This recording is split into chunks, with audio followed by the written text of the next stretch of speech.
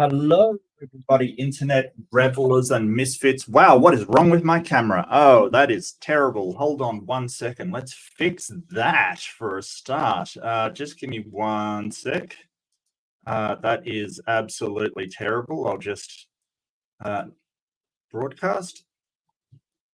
There we go. Okay. Hello, one and all. Welcome to another AIMBOT. This week was late. I was going to do a community post about it. I apologize if you're caught and you're taken unawares. I really do apologize. But welcome to AIMBOT. Am I morally bankrupt or them? It's something that I do every week. So if you are here and back. Welcome back. Welcome to another episode. It's the Christmas episode. And I want to first give a big shout out to Purple Rhymes with Orange, who actually has put all of this together. And I am absolutely floored by the amount of just organization, how many people are on board, how much work it's taken. A big shout out to Purple Rhymes with Orange for making this work, even when dealing with, ADHD idiots like me who can't get their stuff together. I really do admire the tenacity and the, the heartfelt commitment to this for the best of all reasons, which is to give people a place to go when they may have nowhere to go during the holiday season. Now, we all know about the sort of the elephant in the room is the sort of Christians. I won't say hijack, but definitely their attempted monopoly over this season. And I want to let you know it doesn't have to be that way, and don't feel that way. They can feel that way all they want. That there is no monopoly, no exclusivity. There is no reason. Sorry, I'm just going to organize myself here. There's no reason why good people can't come together and celebrate life, humanity, the human condition, the having connections with one another, and generally putting some love out there, and celebrating our shared experience that is this life, our shared experience that is humanity. There's no reason why we can't do that. Whatever the holiday means to you, I hope you find it. I hope that it really is a wonderful time for you. Whatever you get out of it or want out of it, I hope you do. So welcome, everybody. If you've never been here before, generally what this stream is trying to apply a sense of morality, some sort of sense of what we ought to do or ought not to do in a kind of really practical way. There is a stream called Am I the A-hole on Reddit. So usually I'll be going over there. I've never seen these before. They're not curated. There's no sort of a picking out the ones that I want kind of thing. It is just top to bottom. See if we can apply some secular humanism to everyday situations and say, hey, what ought we do in this situation? Now, I'm not claiming to be the arbiter of all morality. Don't get me wrong. I'm not an authority on this any more than you are. What I love to hear is the reasons why people make the decisions of what they ought to do or ought not to do. I really do admire and I appreciate different points of view. But I did want to go through just quickly the Humanist Manifesto, which is sort of the way I sort of look at morality. Now, there's some things in there that I disagree with, but there's a lot of things I do agree with. And so secular humanism is the way that I approach it. And different people have different ways that they go about it. So I'm just going to sort of go through basically what, and this is the American Humanist Association. Now, notice it says the Humanist Association. I'm not 100% sure that religious humanists or theistic humanists would fall into this, but, religious humanists regard the universe as self-existing and not created. Humanism believes that man is part of nature and he has emerged as a result of a continuous process. Holding an organic view of life, humanists find the traditional dualism of mind and body must be rejected. And all of that I agree with. I'm not sure about the religious humanists regard the universe as self-existing and not created. And I'll explain what I mean by that.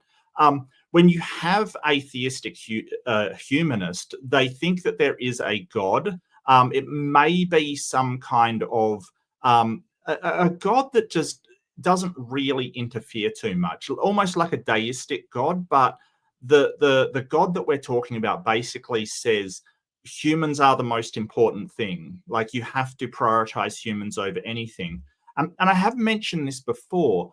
I don't really care why you're prioritizing humans and why you are treating humans as something to be protected and something to flourish. I think that it doesn't really matter. I think that as long as you're doing that, I'm good. So humanism recognized that man's religious culture and civilization is clearly depicted by anthropology and history are the product of gradual development due to the interaction with his natural environment and social heritage. Humanism asserts that the nature of the universe depicted by modern science makes unacceptable any supernatural or cosmic guarantees of human values. And that's really what we're getting at. It's that we should be focused on what is best for humanity rather than our guesses at what is best for a god. And that's really what we're sort of focused on. So I'm not going to go through all of this, but generally you get the idea. Generally, you get the idea that humanism is focused on human well-being. And this is particularly pertinent during the holiday season, as I don't know if anyone else, but we kind of feel a lot of stress and a lot of expectation and a lot of pressure during the holiday season. And really, I guess I say it at the end of every episode, but really, I want you to be kind to yourself over this holidays. It's okay if you're not doing great with the way that the holiday season is going, or the expectations you are getting from people, or the pressures that you are feeling from everybody. It is very strange that we have this holiday set up to sort of, it more honors commercialism than it does any kind of philosophical or religious concept.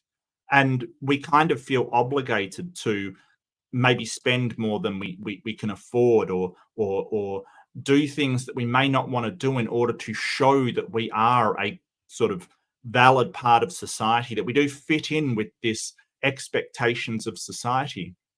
But I want you to be kind to yourself. I'm always remembered by a quote by an Indian man called Krishna. What was his name? Krishna Murthy. I'll look it up. But he basically said it is no measure of health to be well adjusted to a profoundly sick society. And I want to repeat that, so I want you to hear what I say and really absorb it. It is no measure of health to be well adjusted to a profoundly sick society.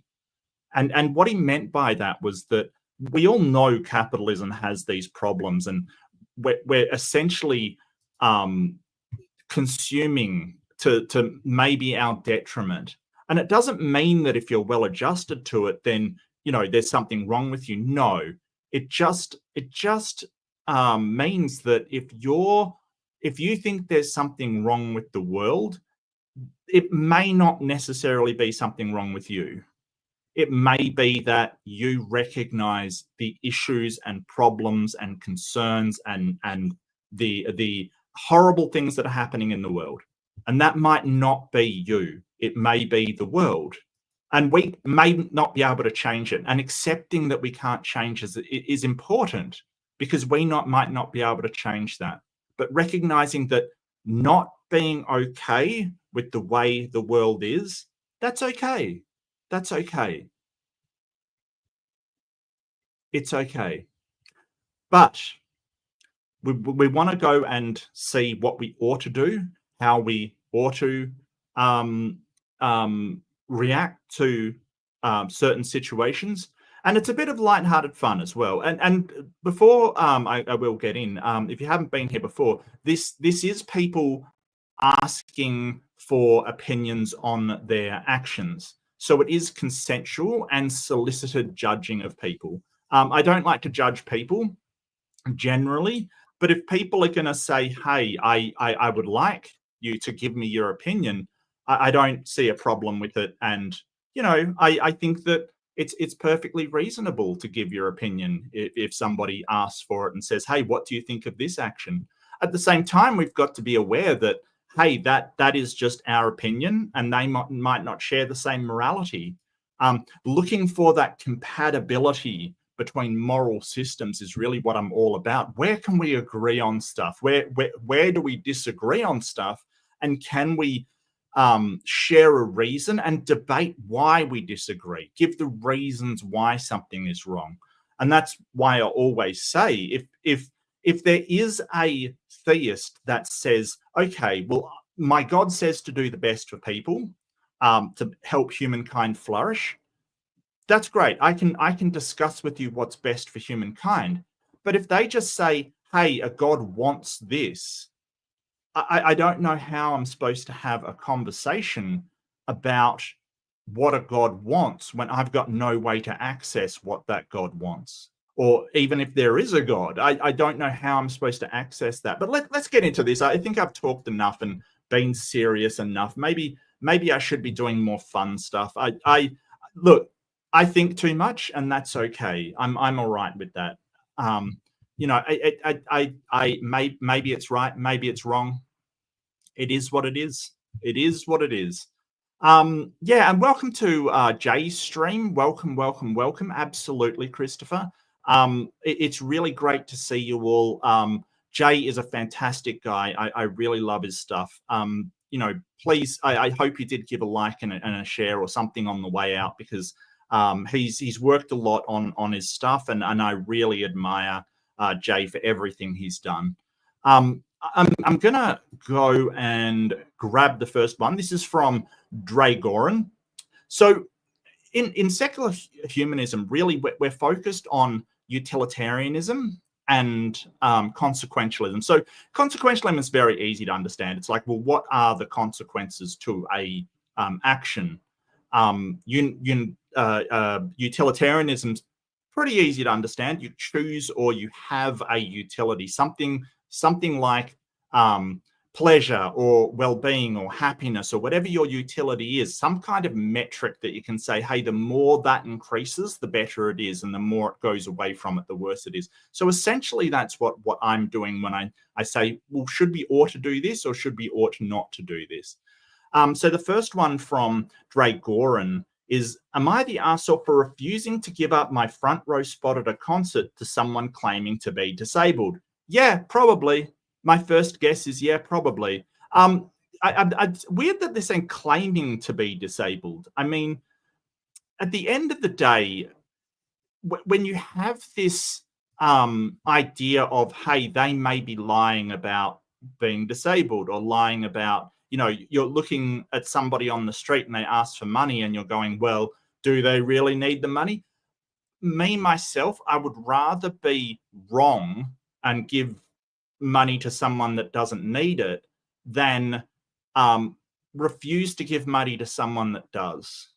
Right? I don't want to sort of, in this situation, I would say, hey, I would rather be wrong and someone takes my spot when they don't need it than them needing it and I'm refusing to give it to them. Like, really, I'm looking at consequences of this and the utility that provides. In one consequence, I have very little happen to me. Maybe I'm one thing back, big deal. I'm still at the concert. I'm still sort of, one row from the front. It's not that big a deal. But somebody that's handicapped that really needs it, or disabled that really needs it, that is a big deal. So I don't see this as claiming to be disabled is weird. I suppose we'll get into it and see exactly what they say. So a couple of weeks ago, I traveled to another country. Hold on, I'll just zoom in on this a little. A couple of weeks ago, I traveled to another country to see an artist I've been a fan of for 6 years. This was a once-in-a-lifetime experience for me, and I've been waiting months for it. I sacrificed a lot financially and mentally to make it happen. Since it was my first and probably only time seeing them, I went all out. I bought GA. I don't know what GA is. uh, anyone know what GA is? I hate these acronyms they use. GA, Grand Arena. I don't know. Tickets and arrived at the queue 5 a.m. even though the doors wouldn't open 6:37. General admission. Thank you, Victoria. Okay, general admission tickets. Even though the doors wouldn't open 6:37 p.m. in freezing cold weather, I waited all day, hungry, cold, and dehydrated because it was worth it. Why dehydrated? You didn't take water? Like, okay, I'm not sure that's valid. And hungry, I mean, but it was worth it because I don't understand that. You knew that you were queuing at 5 a.m. You know, I would imagine you would have something big to eat and then, you know, take some snacks or something. I don't. This feels like your lack of planning kind of thing. Anyway, yeah, but it was worth it because when the doors opened, I secured a front row barricade spot right up against the stage. This was my dream spot. Then a guy behind me tapped me on the shoulder and told me he was disabled. He said the venue was supposed to let disabled attendees early, but they hadn't. He had asked me to give him my spot at the barricade. Here's the thing. I know this venue is very accommodating for disabled attendees. I have actually had friends with disabilities who have gone to shows here, and the staff always ensure they got to the front row safely during a designated time frame before it gets too crowded. Now, I'm a very short person, and this guy was extremely tall, easy over 5'1". Okay, and this is easily over 5'5".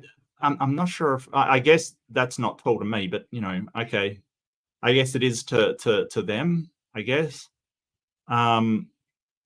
If I gave him my spot, I wouldn't be able to see anything at all because he'd completely block my view. I honestly would have been willing to move if he wasn't so tall, or I could still see from the second row. However, in this case, I knew I'd lose the view I'd waited more than 10 hours for. I tried to compromise. I pointed out that on the right side of the barricade was still open and suggested he go there. Since he's so tall, we'd have a great view and he could hold onto the rail for support. However, he refused, saying the view wasn't as good as where I was. Yeah, okay, so that's a problem. While we were talking, that section filled up and he became more insistent. He said he'd have a hard time if he couldn't take my spot.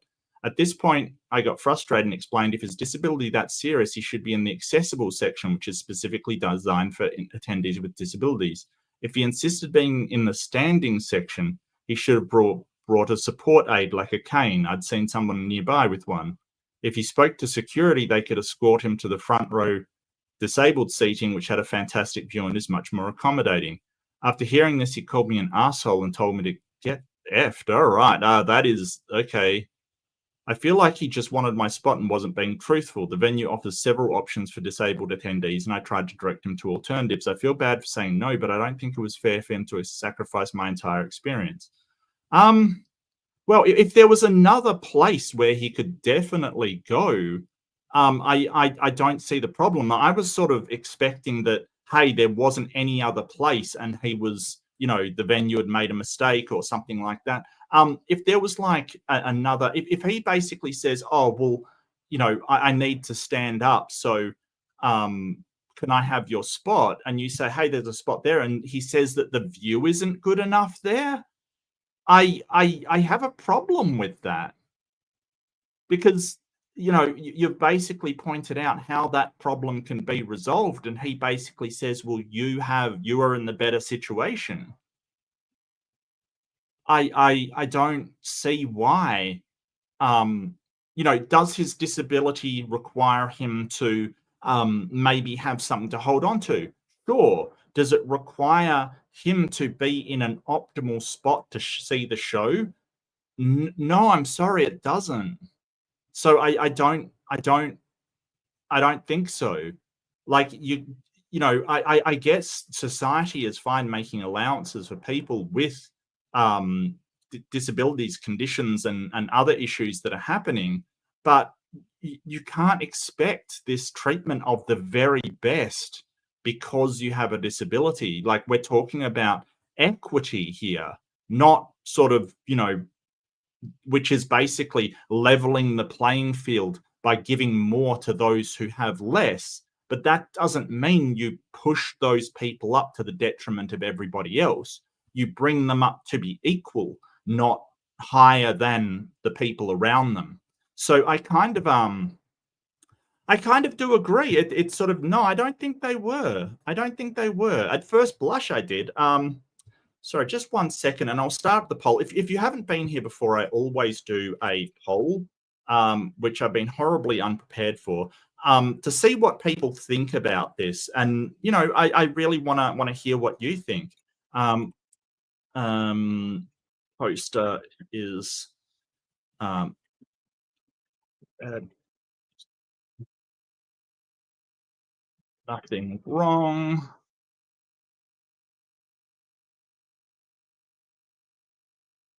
Everyone sucks. Okay. So the question is, was the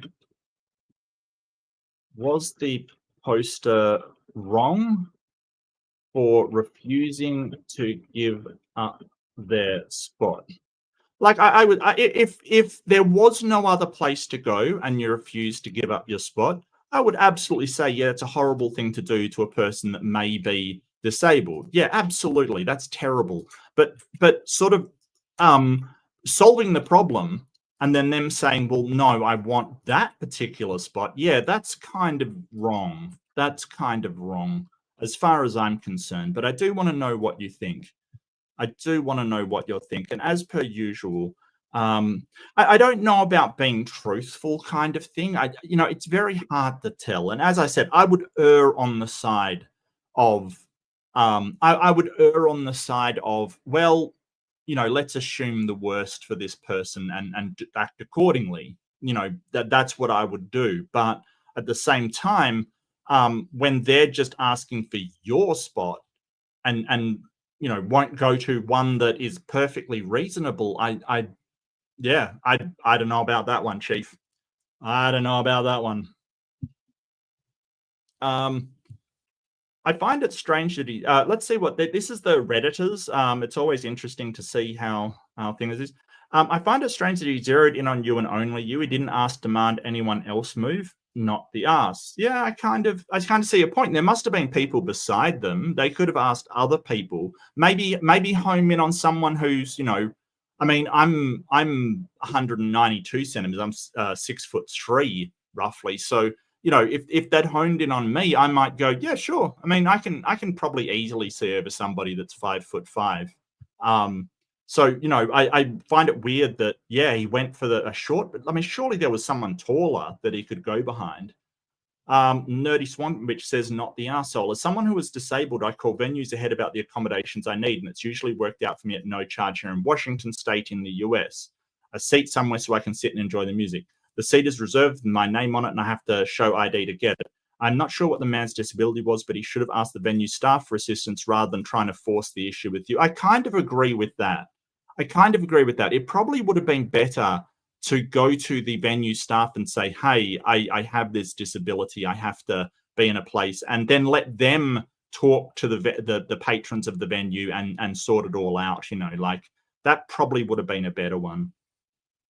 Morning Stars song says not morally bankrupt. The moment he didn't want the other spot to the right you suggested because of the view from your spot was better, you made it clear he just wanted to grab the best spot from you. I had people try that with me in similar situations. I had waited hours and secured a front row center by using their kids as blackmail. Didn't work on me either. If you come with your kid and think they need to stand in the front row, make sure you come earlier. Don't shove your way to the front shortly before the show starts to try to guilt trip people into letting you take their spot. No, I mean, yeah, that's fair, I guess. I don't know. I get that you want your kids to have the best time, but I'm not sure that other people have a moral obligation to give up their enjoyment of the event to help your kids. You know, I don't think they have that responsibility. And I think that maybe sort of teaching your kids that, hey, sometimes you can't get the best spot. He thought you looked like an easy mark. Yeah, I don't know about that. I don't know about that. As someone who's done the exact same thing, see my favorite band who was scamming you, seen all the time along with my friend is holding my spot up front. Can I squeeze in next to you? Can I just read past you and grab the barricade with my hands? Once the music starts and there's a push forward, these types would literally try and elbow push or crowd you out of the way. Actually, I have experienced that myself at a music festival, ages and ages ago. Like, people just pushing to the front kind of thing. It was actually horrible. Actually, the city that I live in,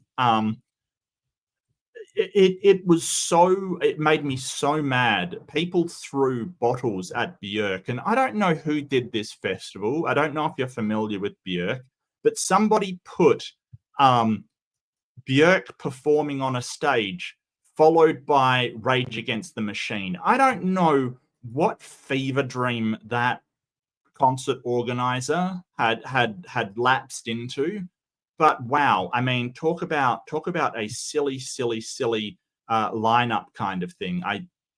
Wow, wow. But Björk should never be followed by Rage Against the Machine. So yeah, just saying, just saying. Let's see. What have the people got to say? I'm just trying to find the start of it. Let's see.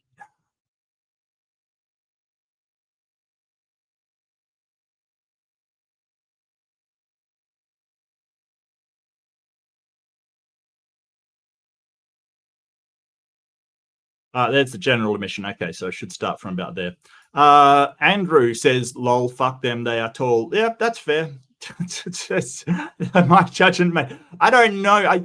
In fairness, Andrew, there's nothing that tall people can do about it. Look, being tall, myself, reasonably tall. I'm not excessively, but reasonably. It has its downsides. Okay, the amount of times I've hit my head on things is insane. And I've talked before about, like, my wife walking in front of me, she completely misses a cobweb and I get it in the face, like, seriously. And in Australia, that's not something you want, trust me. And also, if you're at a shopping center, someone will come up and say, "Can you get this off the top shelf for me?" All right, it's not a big negative, but there are negatives, mostly hitting your head. Compromise and carry on your shoulders. They can both stand bends. I'm not sure if you want a stranger to do that, but okay, like, it's a solution, I guess. Um, I'd say, well, I'm glad you're tall enough to see over that logical hill. Okay, gotcha, Andrew. Um, and Anarchic Fox says, as someone who works extensively with people with diverse abilities, without knowing the nature of the person's disability or disabilities, I'd be hard pressed to make the call. Yeah, and I'd probably err on the side of compassion, essentially, just err on the side of caution and say, hey, if the consequences are they would fool me and, they've had one over on me pretending they're disabled, and refusing someone who is actually disabled, sort of a comforting thing to do, I'd probably err on the side of, okay, fool me. I'd rather that happen than deny somebody something that they need. But yeah, I get you. It is a hard call. It is a hard call. Okay. Rembrandt says, it must be great if all you have to worry about was where you got to sit for a show. I don't know. 5'5". Literally, their assholes are taller than mine. Okay, Andrew, seriously, mate, it so doesn't matter. Like, seriously. And I know what you're going to think. You're now thinking, well, that's something a tall person would say.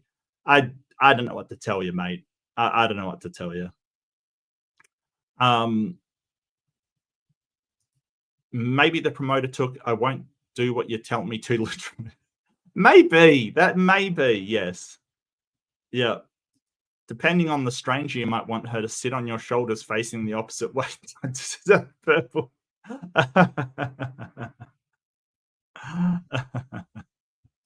Awesome. Well, yeah, that is interesting. Yeah, I get you. I get you. I mean, sure. And it looks like the winner is Poster did nothing wrong.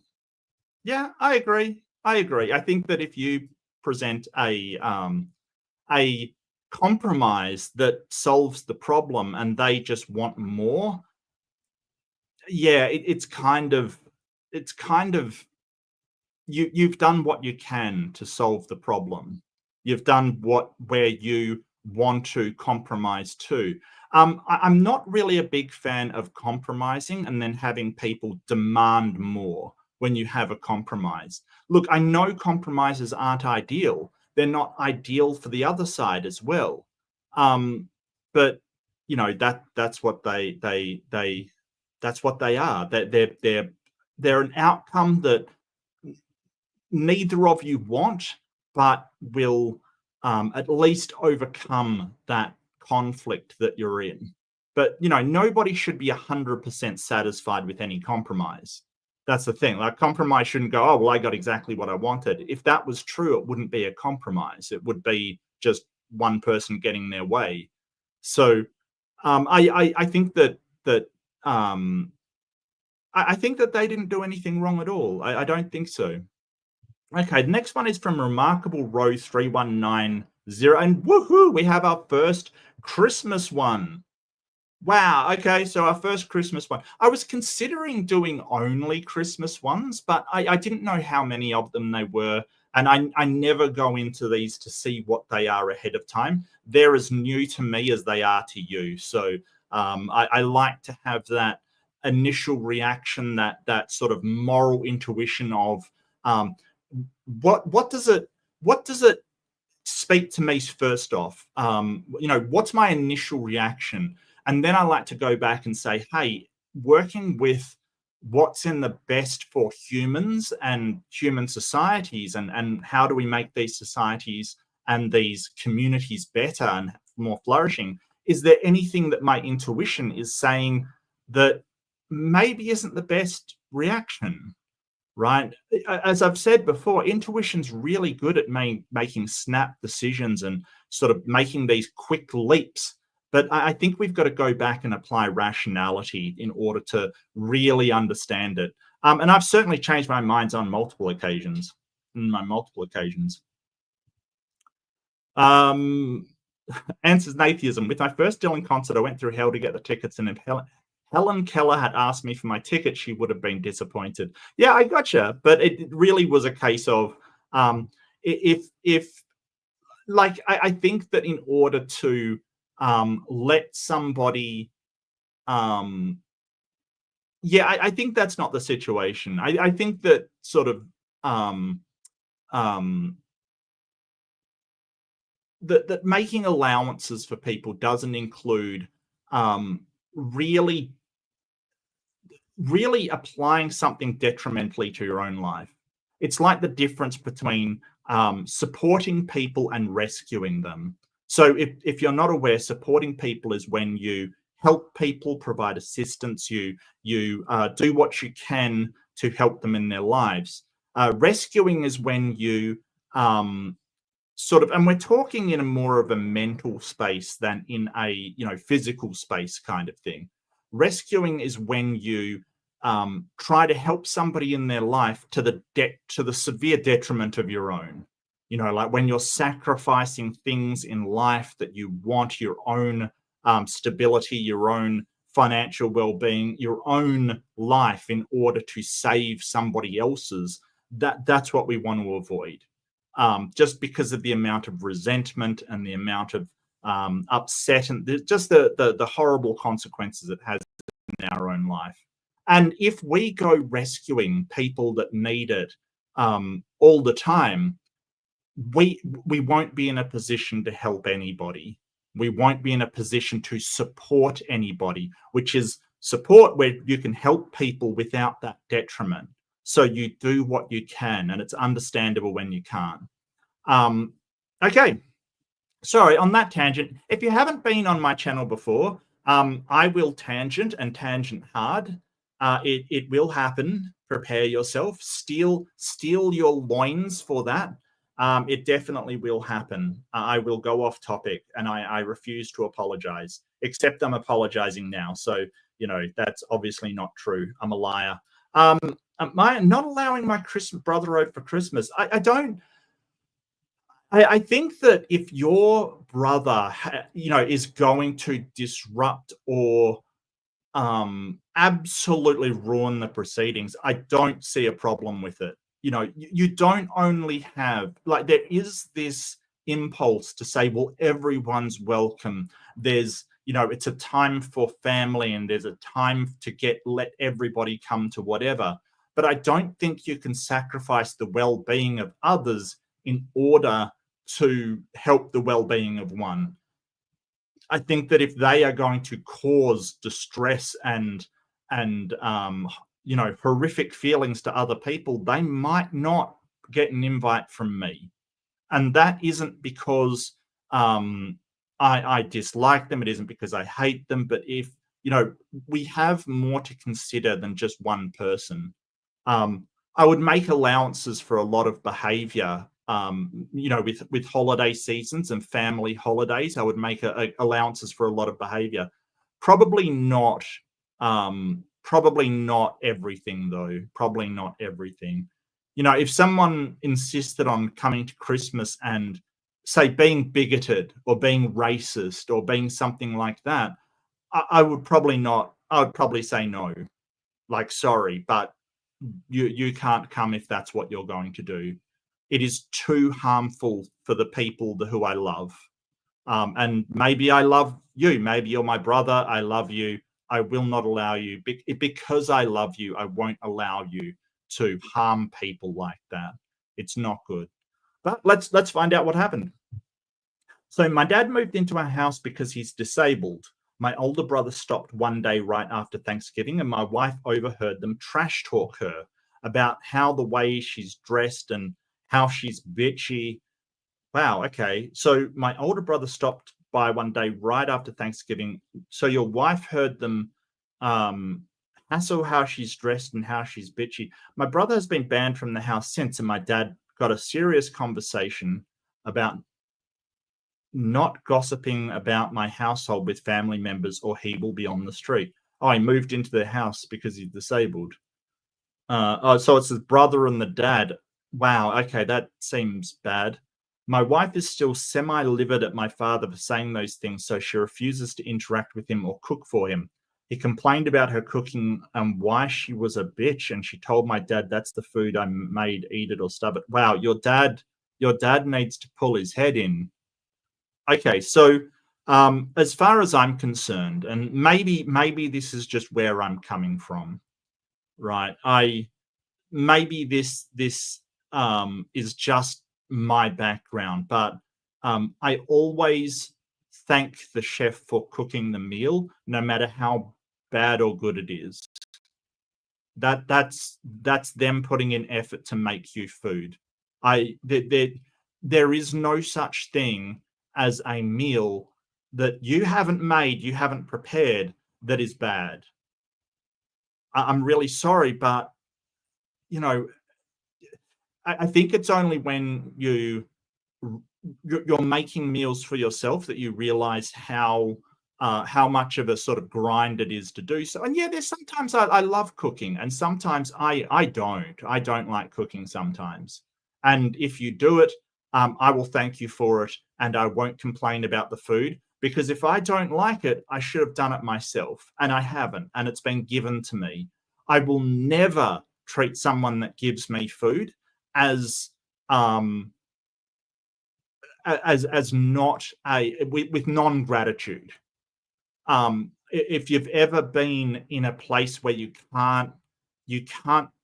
don't have certainty of your next meal, and so for a certain amount of time, I didn't really live on the street, but I was certainly sort of moving from house to house with friends, couch surfing, maybe you'd call it, without certainty of when a next meal was coming. Upon occasion, I'm not going to say I was in that bad where, I was out on the street, but I definitely had times where I didn't know if when the next meal would be coming. So I will never, ever say to somebody, hey, your cooking's bad. Why don't you do something better? No, I'm just grateful that I am one of the lucky people in this world who have food given to me for nothing.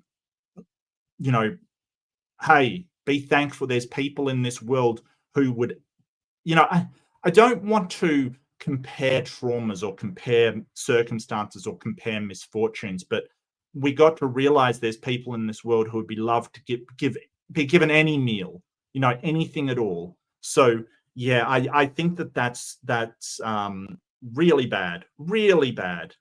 My dad has never cooked or cleaned for himself. Yeah, that's even worse. That sentence right there.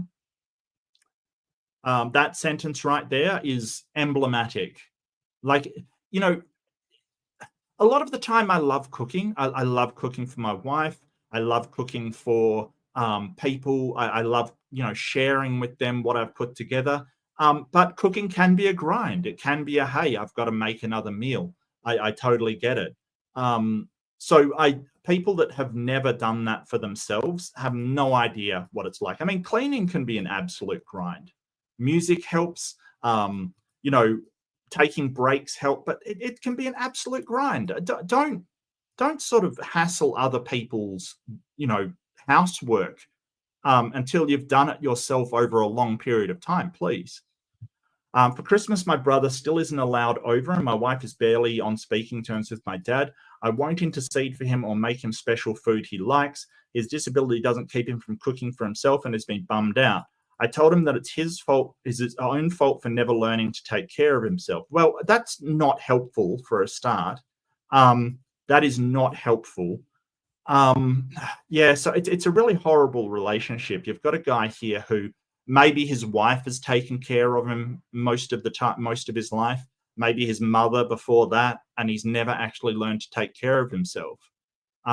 It's kind of like this weird situation where these men end up literally reliant on the women in their life in order to survive. Like if they're by themselves, they can't do anything. They can't cook, they can't clean, they can't iron their own stuff. And don't get me wrong, I'm certainly not claiming to be amazing at housework. I'm really not. But I do know how to cook. I do know how to iron my shirts. I think every man should learn how to cook. Every man should learn how to cook. At least, things like, putting together a healthy salad, putting together something like, just a potato dish kind of thing, something to keep you going. It's uncertain where your life will turn out, and being able to cook is just one of those things. It's just one of those things every man should be able to do for themselves. There's a lot of meals you can make that aren't fancy, but they're really good. They're really good. Yeah, absolutely. Give me 1 sec. I'll start up the poll and see what you wonderful people think. Yeah, I this one, it seems pretty cut and dry. I don't, your brother over for Christmas. I would try to mediate and sort out this issue. I would try to, it does sound like he's just said, all right, you've been an ass, I'm never allowing you over again. I'm not sure if that's helpful, to be honest with you. I'm really not sure about that. Poster right for refusing their brother Christmas.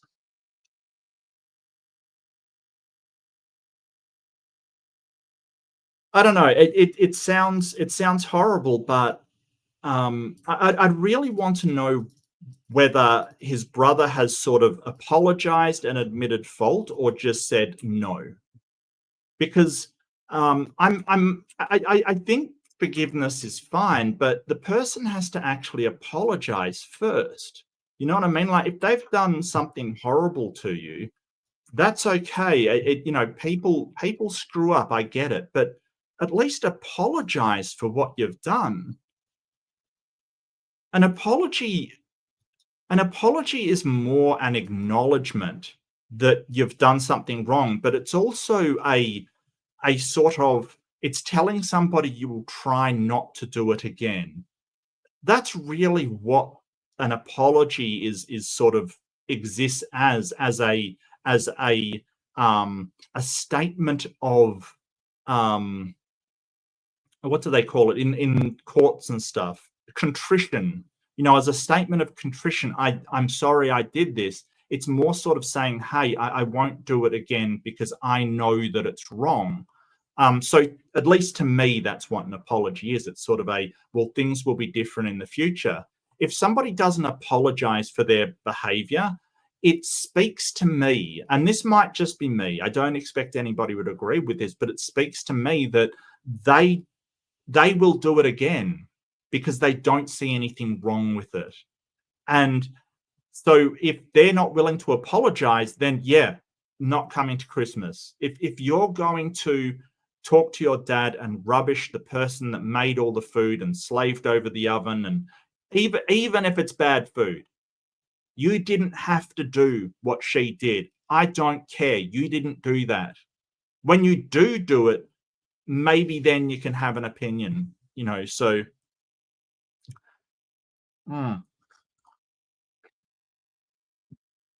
So I think that if your wife is being upset by your brother even being there, then yeah, I think it's totally right. Let's see what the Redditors say. Not the arsehole. Only if your wife is happy, you will be happy. I don't know about that one, Chief. The whole thing of happy wife, happy life, I don't know about that one. I think there's more to life than that. I think that, and why is it your wife happy, why isn't it happy husband, happy life? Like, I don't see happiness as being dependent on anybody else except yourself. And to say that, your empathy for your partner will definitely affect whether you're happy or not. But I think this is a reductive statement. I think it's sort of saying, well, if your partner's healthy, your close people are happy, then well, that's not necessarily true.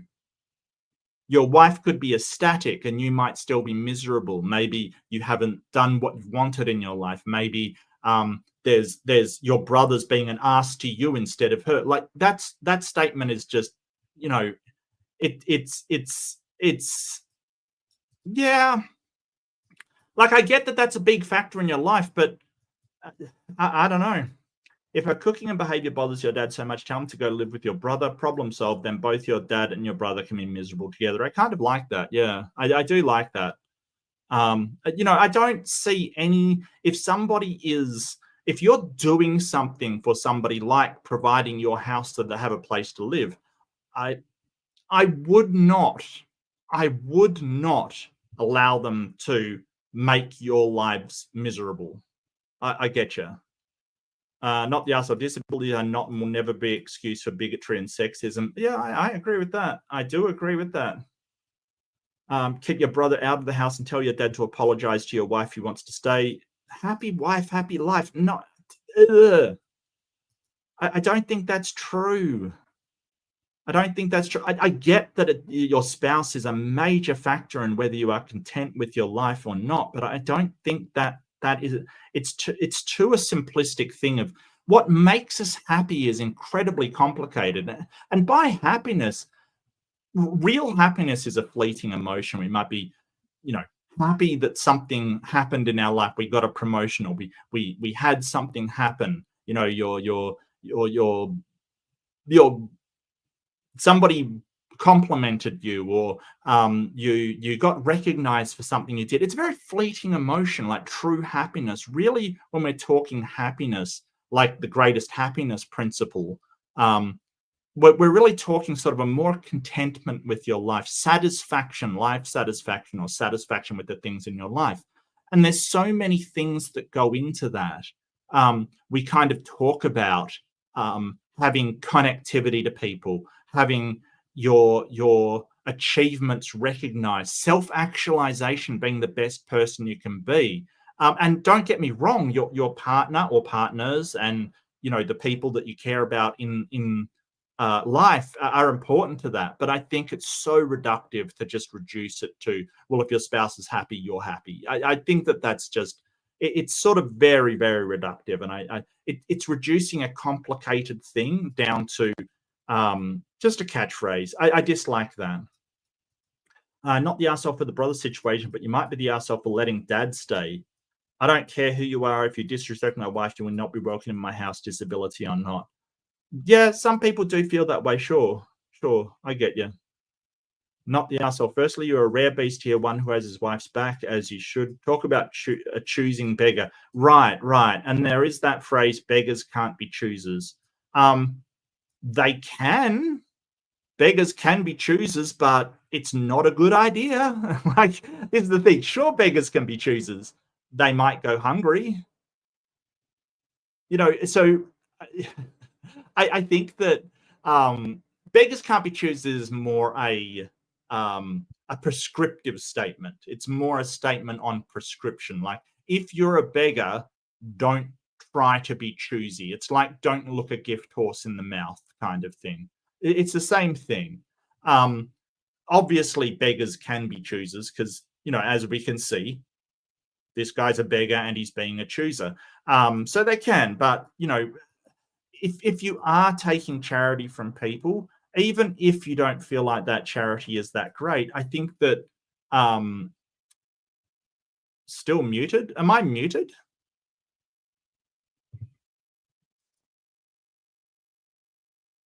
What? Are you trolling?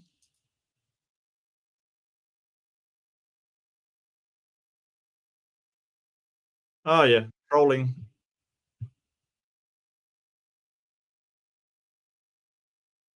All right, cool. Yeah, so you know, um here, buddy, I know what to do for you. Have a timeout. Where are you? Where are you hiding?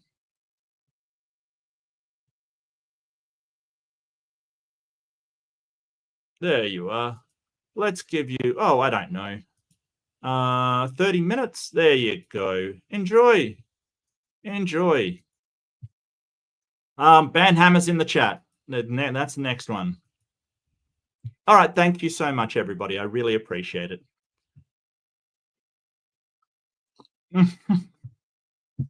It sounds like a you problem, Regios. I'm sorry, mate. Painted Unicorn, you're kind of an asshole, though, for still letting your father stay after it's made clear if he does not like or respect your wife and continues to make home a hostile environment for everyone. It sucks for your wife to have to put up with someone that treats her badly and to... Wow, okay, so they're sort of saying, hey, you're the asshole for not doing more. It's very difficult, though. It's very difficult to have a family member suffering from a disability and, tossing them out kind of thing. No Philosopher, 1870. Not the arsehole, never understood the perspective that all demands all must be forgiven or at least sucked up for the holidays, especially when people never stop doing their regular hurtful things. There is certain wisdom to that one. Like, what makes this holiday so special that we have to forgive literally anything people do? Well, we don't. As I said, I will make allowances for family holidays. I won't accept any kind of behavior. Absolutely any kind of behavior. And I think people do have different things that they will tolerate. I guess I don't know how upset his wife is. Probably pretty damn upset. I get you. It would definitely be hard for me to let even a family member stay with me if they were causing real serious distress to my wife. Yes, I think I would have problems doing that. But I really think that this person, there's nothing that they've done wrong. They're just trying to have a healthy household for their family members. But it is, I acknowledge it is hard to have somebody, a family member that is disabled, and go, well, you've got to get out on the street. I really do. I wanna understand that that's really hard to do, especially if you really support your family. That might be really important to him. Certain cultures, they have more of that than others. So yeah, I get why it is hard. Left-handed Jedi says, if you are a guest, act like it. I kind of agree. I think that there is a tendency for some family members to, anytime there's a holiday, no matter which house it's in, for them to go, well, I'm the matriarch of the family or the patriarch of the family. I'm in charge here. But I think that if you are in another person's home space, that is kind of their safe place to be in control. I think if you wrest control out of them over that space, it's not acceptable. And I totally understand what you mean, Jedi, and absolutely, I completely agree. Carrie says, I've worked in nursing homes and that behavior is abuse. Yeah, I kind of think it is. I kind of think it is. I mean, I know places that have a zero tolerance for abuse, whether that be verbal abuse or physical abuse, and I'm kind of on board with that. You're on your own cooking duty until she calms down. Is your dad's anger part of his disablement, like dementia? I mean, it's a good question. I don't know if anyone's asked that question, but that's a really good question, Joz. Like, is some sort of is mental faculties degrading part of his disability? That's a really good question. Would that change things? Ooh, yeah, probably for me, yes. If somebody has an illness that does cause them to behave in erratic and hostile ways, I really think that would have to factor in. Would it completely excuse his behavior? No. We've got to work on, managing that in some way. Yeah, but it's a really good question, Joz. Really good question. The dad sounds like an ass. Yeah, a little.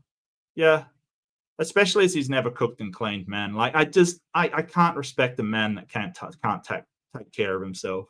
That can't cook himself a meal. I find it.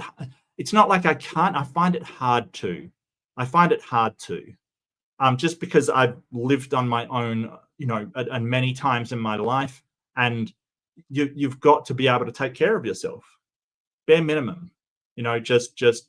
And I'm not saying that, hey, people that can't take care of, they're automatically bad people or anything. I just, I think that there's reasons why people can't, and just believing that it's the women that do those things is so bad. Like, I find it hard to respect that particular perspective that, hey, cooking is women's work kind of thing. It's, what are you talking about?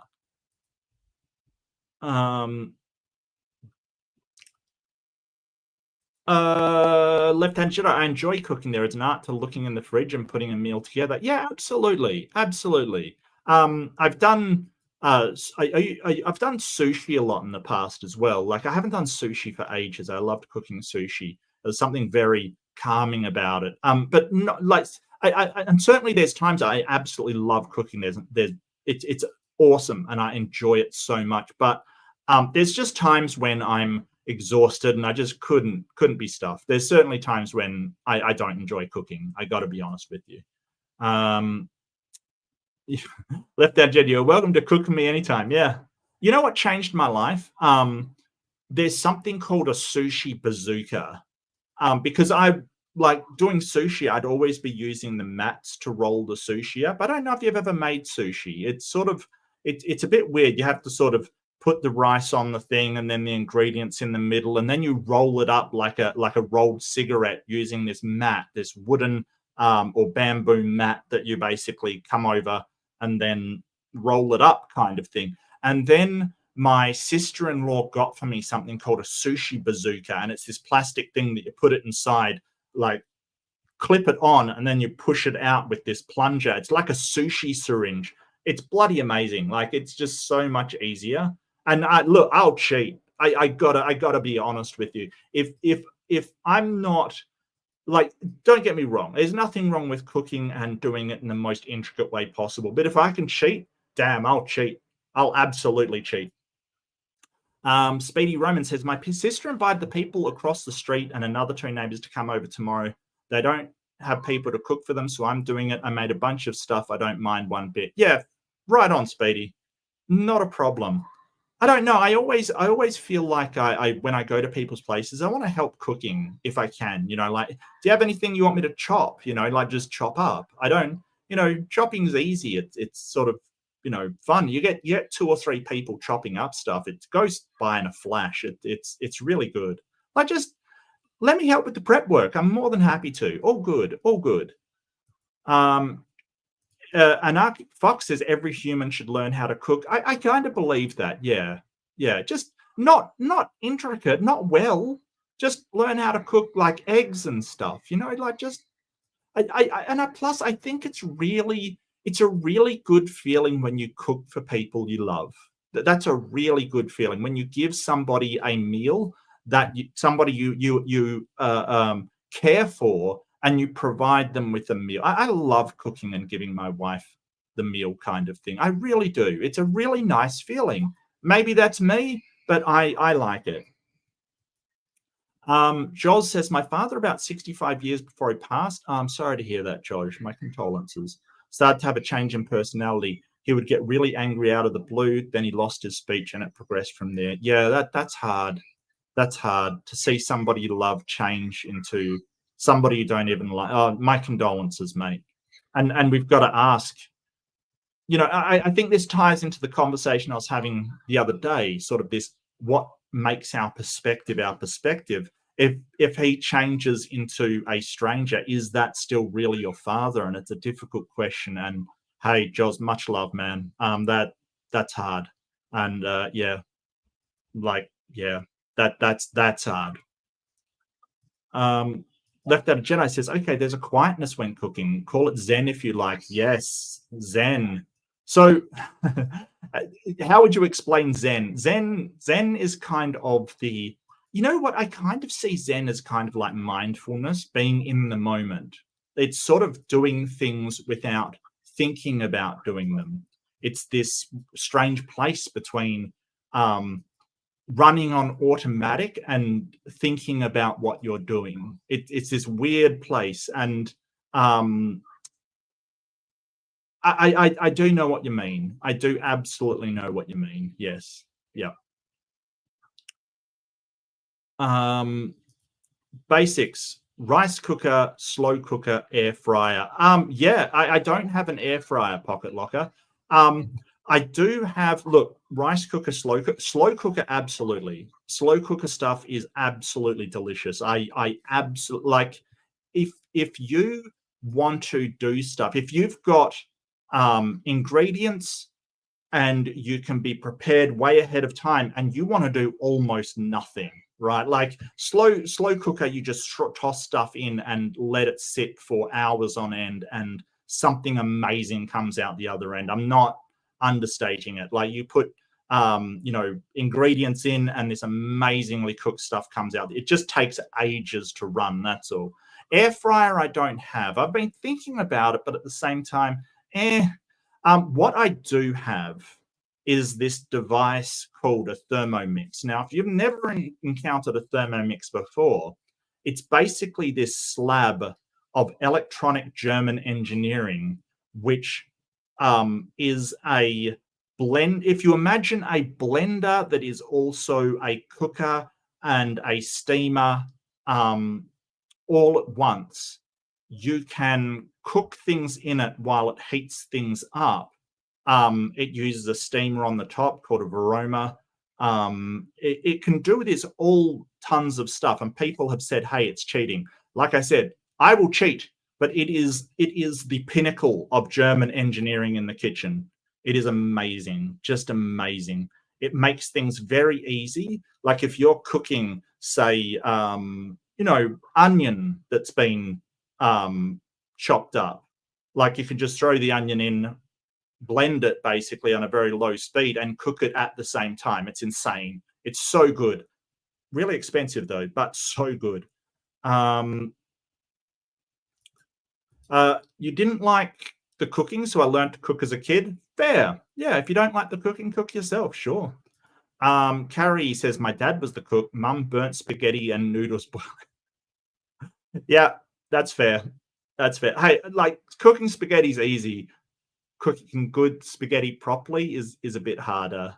Like there's definitely, if you're cooking al dente, it's definitely a lot harder than just, cooking up some noodles kind of thing. But, there's nothing wrong with just cooking up some noodles. Definitely not.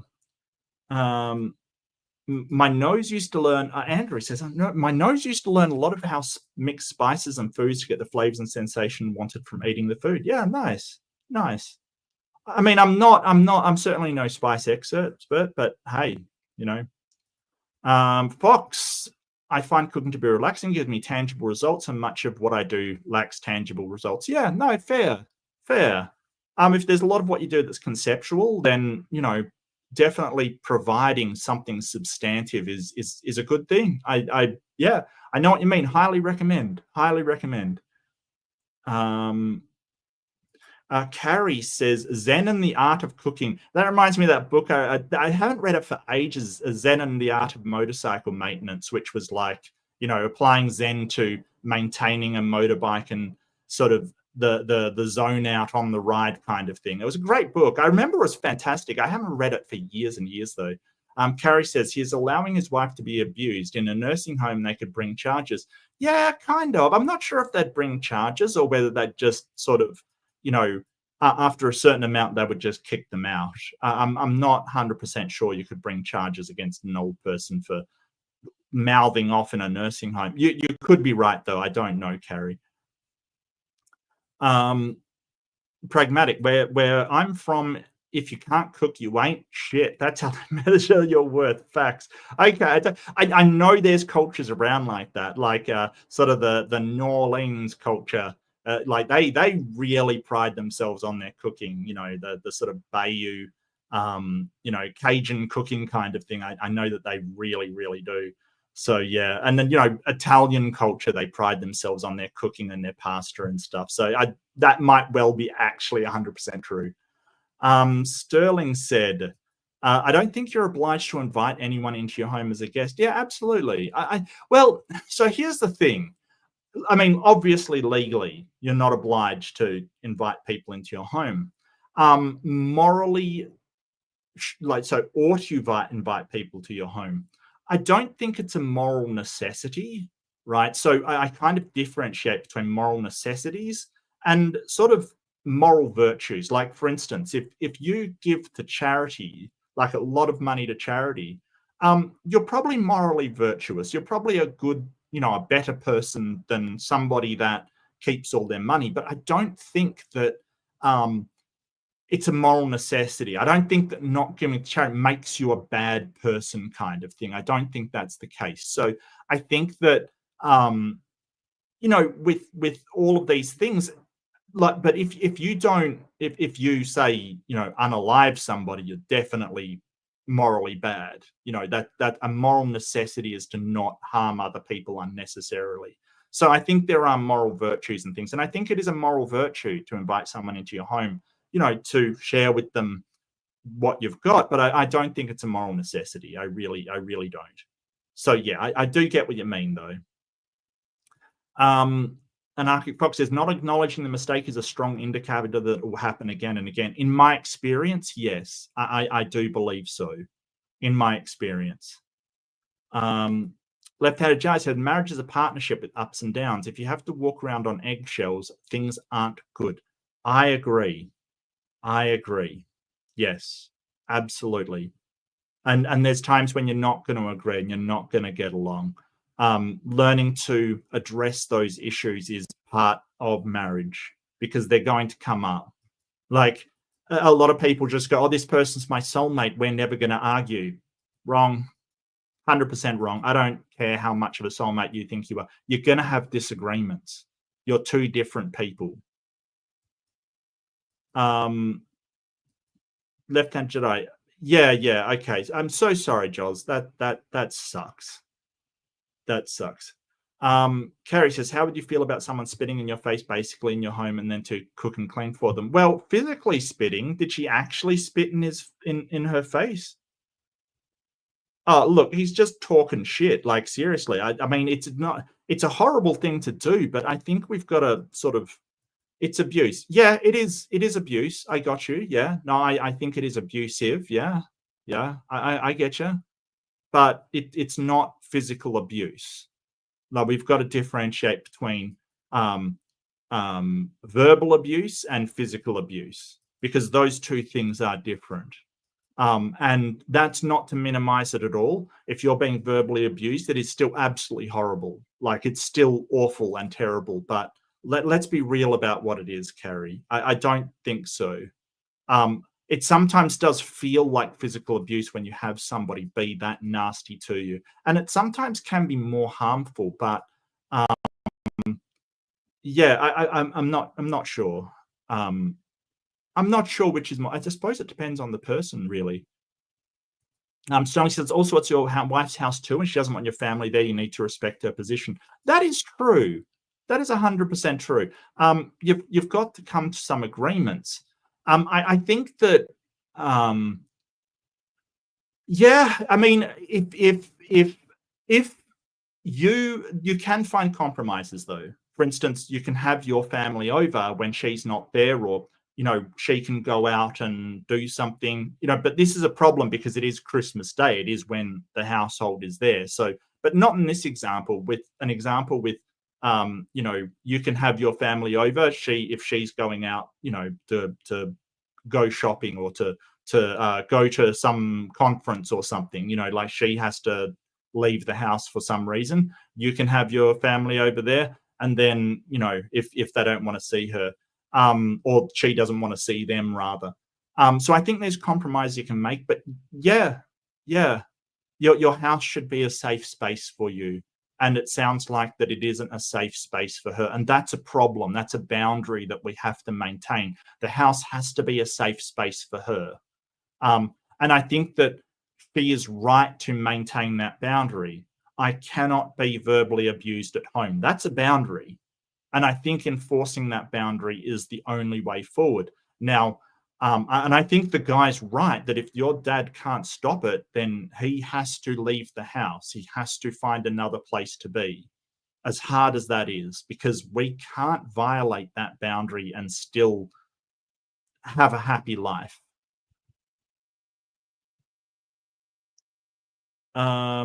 Purple says, happy wife, happy life. What if your wife is an abusive partner and keeps doing things to keep her happy, makes you miserable? Yeah, absolutely. Yeah. That's one example. Absolutely. Another example is, what if your wife is perfectly happy with what she's doing and you're depressed as hell? Like, not because of her, but just because of other things in your life. Absolutely. There's a ton of exceptions to that, which is why it annoys me so much. I think it's shameful that the woman being abused is not recognized as an atrocity. Well, I kind of think that it is. And I kind of think that it's very difficult, because you have somebody with a disability that needs to be taken care of that's also a family member. I'm not excusing his behavior. I'm sort of saying, how can we get the best human well-being out of this? If he's going to die on the street, it's a tough situation. Don't get me wrong, Carrie, but yeah, you're right. It is atrocious what she's going through. Absolutely atrocious. And I'm glad that he's standing up for her. And I'm glad she's standing up for herself. Pocket Locker says, it is hard to let someone stay who disrespects the missus. Yeah, no, I agree. I agree.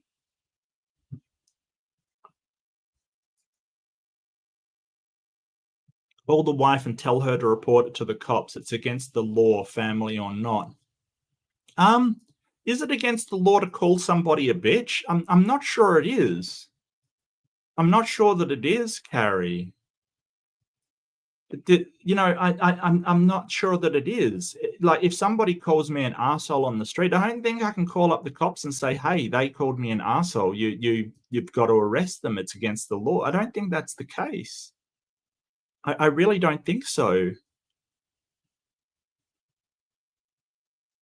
I'm really sorry, but I don't think that what people say really, so there are things that fall under hate speech, right? Like, so if you're calling somebody for reasons of religion, because they're disabled, because they have a certain ethnicity or certain background of culture. There's certain protected classes that we kind of say, hey, if you're saying this stuff, it can be sort of, hate speech.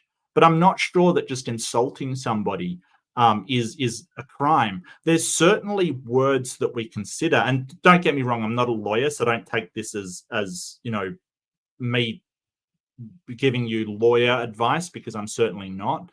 But I think there's certain words that are like they're provocation to fighting words, right? They're provocative in a way that will cause instant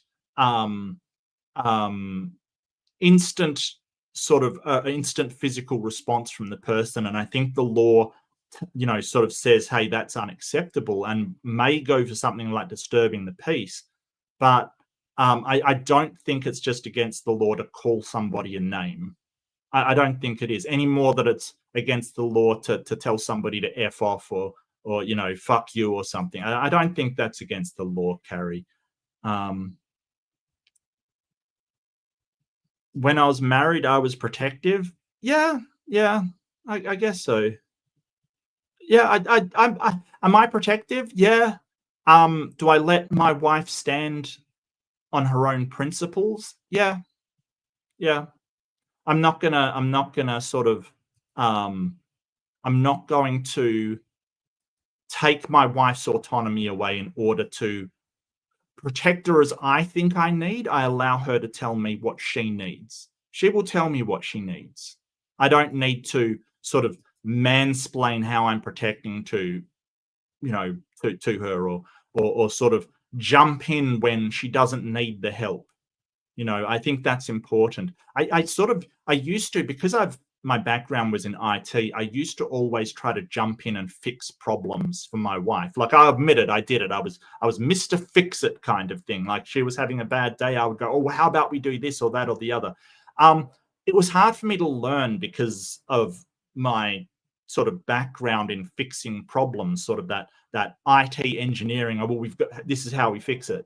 To stop doing that, and I had to learn it, right? I had to learn to stop going, oh, well, here's how we fix it.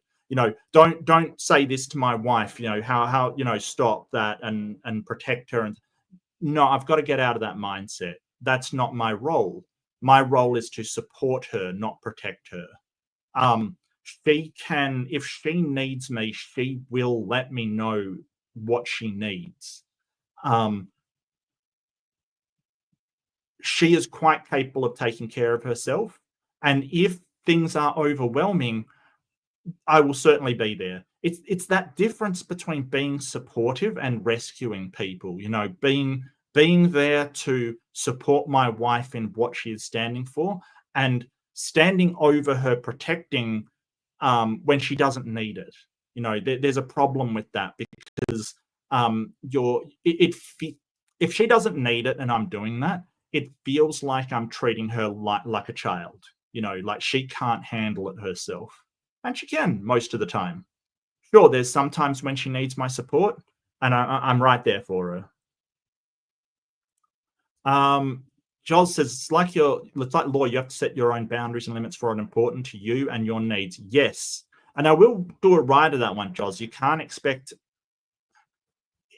most cases, you can't demand people change what they do in order for your boundaries to be maintained, right? You can explain to people how you feel and the boundary that you have, but at the end of the day, you can't control whether or not they respect your boundary. Okay, you can't make them respect a boundary that you have. All you can do is change what you do so your boundary is being violated or not. And that might mean saying to your dad, you've got to find some other place to live and you are leaving this house. If that boundary gets violated, then you may, you cannot change what your dad is doing. You can't change that he's going to be an ass, right? You don't have that power. But so focus on what you can do so that boundary is maintained.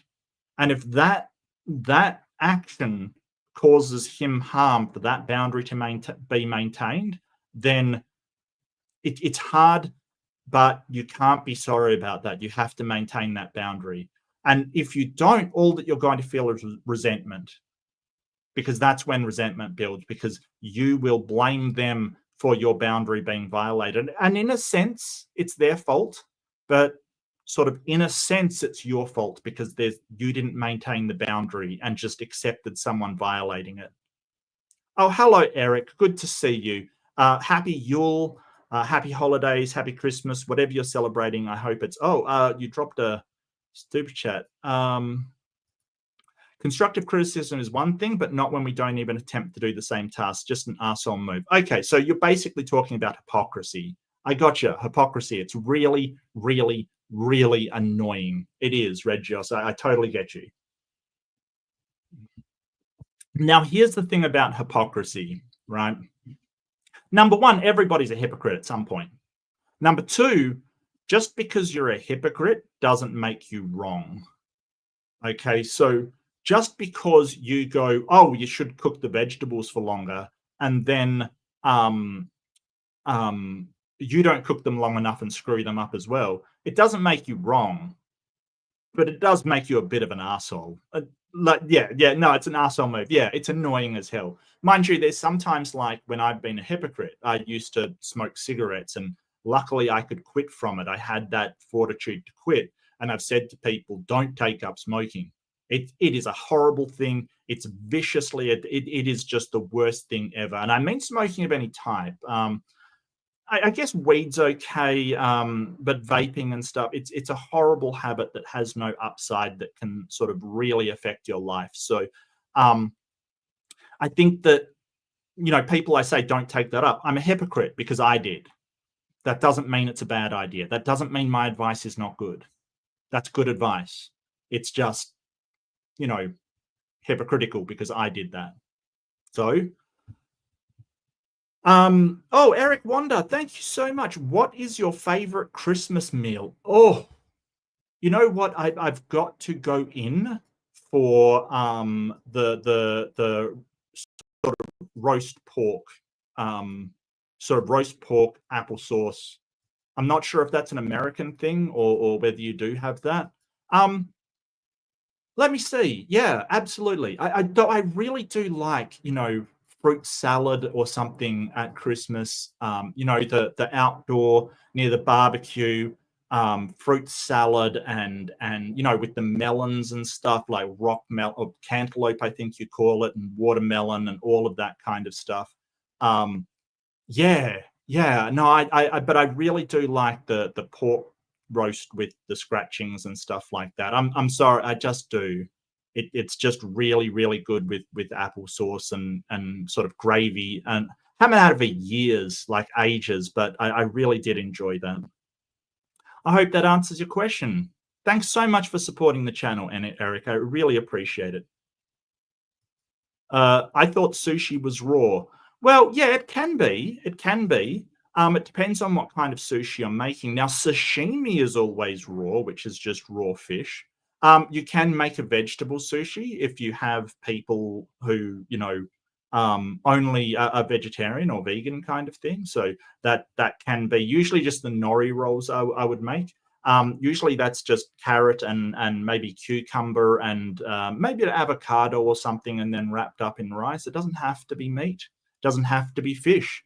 I would do a chicken teriyaki sushi, which I don't know if that's traditional. Probably not. I don't care. It tasted good. It was like chicken teriyaki, cooked chicken teriyaki, and then wrapped up in sushi. Really good. Some mayonnaise, some of the Japanese mayonnaise in them. Really good. Really good. So no, not necessarily. Sushi does not have to be raw. Absolutely not. Yes, correct. Sashimi is raw fish. Sushi has more to do with the rice. Yes, absolutely. Absolutely. We all have years of gatherings. Each has their own favorites to everyone else, so we make our requests and buffet style casual. Yeah, no, I like a casual Christmas, Carrie. I really do. Can't stand a formal Christmas, How to change a tire, check the oil and fluids, cooking and basic sewing are basic skills to survive. Right on. Right, especially changing a tire. You never know when you'll have to change a tire, and it's not that hard. Like anyone can change a tire, trust me. Even if it's kind of annoying when they use the gun on the nuts, so they're like so tight. But you get the tire iron, you stand on it. Like anybody can get those off. It really is something that has to be learned. Fair deal, Mark. I really enjoy getting to cook. When I had a girlfriend, I had different places. I was at a cook for one cook. Sorry, for deal, Mark. It is I really enjoy getting to cook when I have a girlfriend, and I had different places I was a cook for. And one place, Saturdays were my main day, and I had people coming and asking for you. Oh, that's cool. I do know a couple of chefs, and I got to say, they hate cooking on their time off, which I can't say I blame them. I mean, they do it for work, so it's kind of annoying for them to like get off work, go over someone's place, and everyone wants you to cook more. It's kind of, I mean, I'd be annoyed if I went over to people's houses and every time they do, they ask me to fix their computer or modem or something. I would be a bit annoyed as well. In fact, I was a bit annoyed when people would always ask me. So, be careful when you're asking somebody who works in an industry that you're not overloading them with tasks on their time off, because that can pile up on a person. CBT for muscle memory of natural nice regimes feels a bit zen. CBT, that's cognitive behavioral therapy. That's for muscle memory. Yeah, I mean, I suppose so. I really see Zen a bit more like mindfulness, to be honest with you, than CBT. CBT is when you analyze your thoughts to see where there could be some flaws in them, leading you to actions that are sort of or maladaptive kind of thoughts. So you're sort of looking at how you think about things and saying, is that rational and a reasonable response? I'm not sure I get that, Joz, but if you got that from it, fantastic, mate. Absolutely fantastic.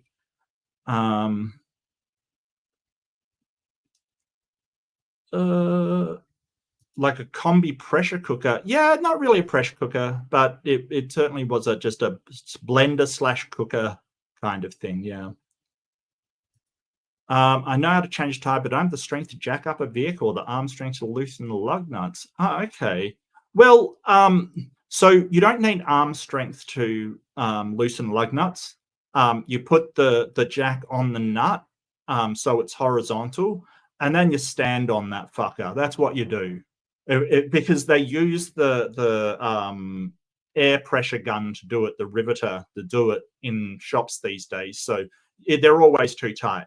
You literally use weight to your advantage, and maybe I just weigh a lot, but even a small person should be able to have the weight to just get it started, kind of thing, and then you undo it, kind of stuff. Because all you need to do is just get it started. No such thing as cheating in cooking, just different ways of doing things. People have different opinions, Fox. I will tell you right now.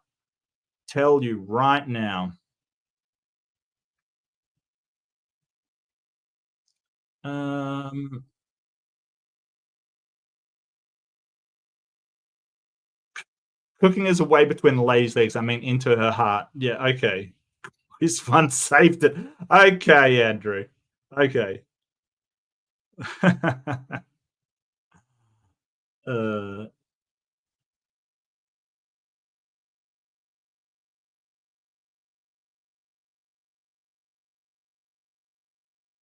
She's being treated like a subservient human. Yeah, and I don't agree with that. I don't agree with that. What was that myth about a woman who was scored? What, health hath no fury? Cassandra. Yeah, so that was a Greek myth. Cassandra was one of the women taken from Troy. I think she was a princess of Troy, if I remember correctly, and she had prophetic powers. So she had the blessing of prophetic powers. Because it's Greek mythology, there's always like a catch or a monkey's paw with any benefit anybody has. So Cassandra had the curse that no one would ever believe her. So she always could prophesize the future and no one would believe her. So I believe she prophesied Agamemnon's death, who Agamemnon was the king of kings that started the whole Troy campaign. And back when he took her home, she predicted the fall of Troy, and no one in Troy would believe her. But she also predicted Agamemnon's death, and nobody believed, like they didn't believe her, and he was killed in a bathtub, I think, from how the story goes. But yeah, interesting.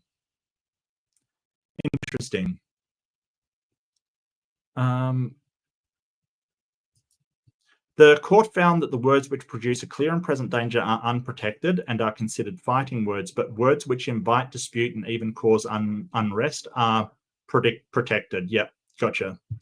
Yep.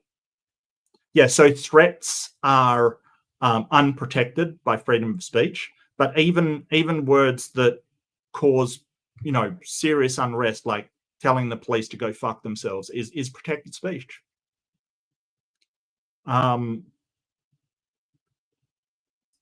Threats of violence. Yeah, no, threats of violence are totally different. That's totally different. Absolutely totally different.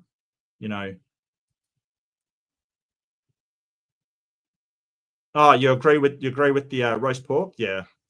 I'm on board. Oh, great to see you, Big Bad Mama. So good to see you. A big shout out to Big Bad Mama.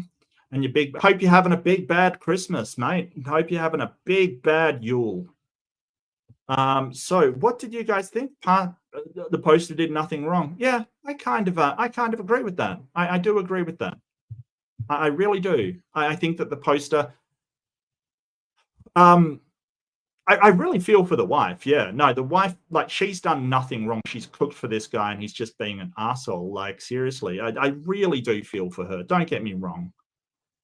Next up, and I may be able to get in one or two more. I'll see how I go for time. I'll definitely see how I go for time. So it's Hedgehog Fun 6877. Hey, Hedgehog. Am I the arsehole for letting my cousin play White Elephant? Okay, so I have no idea what White Elephant is. Is that like giving people presents that they... I mean, a white elephant is something that you give somebody that is more trouble than it's worth, right? I think it stemmed from some king in ancient times gave someone a literal white elephant knowing that they couldn't afford to... Was it Roman times? I'm going to look up the origin of this. This is... All right, tangents in the chat. It's happening. Look, just get over it, like, seriously. Yeah.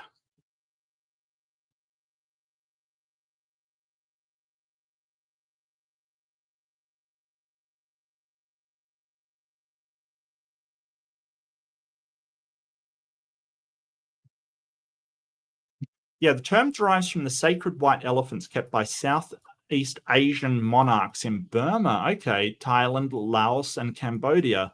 To possess a white elephant was regarded, and still is regarded in Thailand, Burma, a sign that a monarch reigned with justice and power, and that the kingdom was blessed with peace and prosperity. The opulence expected of anybody who owned such a beast of such stature was great.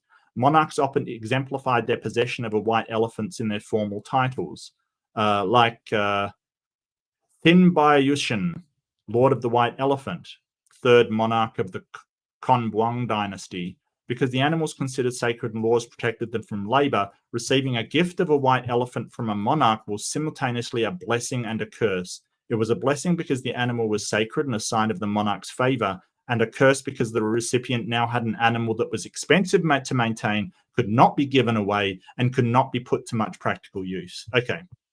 So that's where it comes from. Basically, a gift that is harder to maintain than what it's worth. I don't know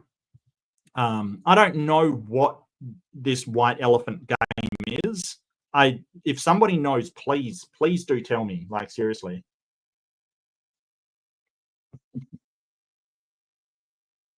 Oh yeah, that was something I do. Look, somebody once said, I've got to reply to this comment. Somebody said that imitation is the highest form of flattery, so I shouldn't do it.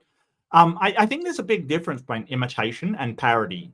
I think that yeah, if I was trying to be Kent Hovind and sort of, copy his style and be like him, then yeah, that's sort of flattering. I think parody is something different. But yeah, that video got demonetized for copyright strike. I don't think that game that I was playing, I don't think they have original music. I think they just grabbed some random person's music and used it, which is just insane. Like, I thought if you had a computer game, you need the license for that music for the computer. Apparently not. Apparently you just throw up any old, stolen music on there and get on with your life. It was really crazy. So yeah, that was weird.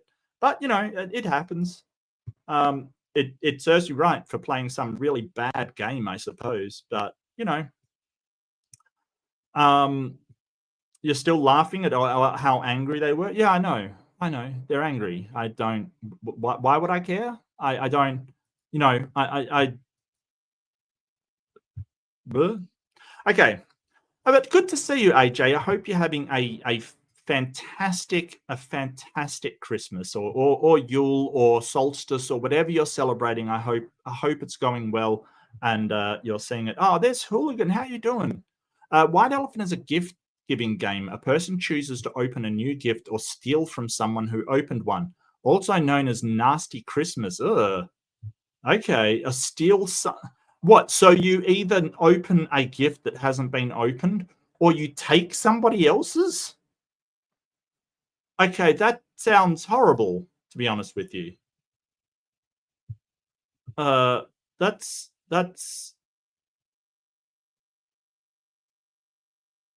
yeah, I mean, okay. Well, I mean, if you're having fun, sure. I just, what if you're I mean, if you're really attached to the gifts kind of thing, it's yeah. So 30 male parents threw a Christmas party and we always play White Elephant / Dirty Santa. Okay, so I've seen the movie Bad Santa. I presume Dirty Santa's exactly the same. Exactly the same. Dirty Santa. Okay, that's I get the idea though. It's sort of a almost like a play game on sort of taking people's presents and sort of taking them. We bought 2 gifts for my wife, 27 female, and I. While my wife was feeding the baby, the game started. Oh, well, if you need the thumbnail, AJ, I can send it to you. Like without all like this, the picture that I made on AI, I can certainly send it to you if you want it. That's not a problem. While my wife was feeding the baby, the game started. My little cousin said he forgot a gift, so I told him he could use one of ours. When my wife came out, I told her and she seemed fine and we played together. Okay. The little cousin said he forgot a gift. So I told him he could use one of theirs. At the end, I picked a different gift to steal than she wanted. We bought 2 gifts to my wife, 27 female and I. The game started. My little cousin said he forgot a gift, so I told him he could use one of ours. My wife came out, I told her, and she seemed fine, and we played together. At the end, I picked a different gift to steal than she wanted, but again, she seemed fine. At the end, I picked a different gift to steal than she wanted. So you stole a gift, but it wasn't the gift that she wanted. But again, she seemed fine. We got home and she told me she was really upset that she picked out the gifts to bring and then didn't get a chance to play. It's just a game and she didn't say anything in the moment, so I'm confused why she's mad now. All of the gifts were just stuff that we can buy whenever. I really didn't think she'd mind that I'd let my cousin play instead. Am I the asshole? So from what I'm gathering, and I may be misunderstanding the game, but from what I'm gathering, you have to have a gift to play this game. You have to have, I guess it's like an ante kind of thing that you put, like you bring a gift and everyone brings a gift and you play when you have the gift to put in kind of thing, I guess. or else there'll be someone left without a gift, kind of stuff. I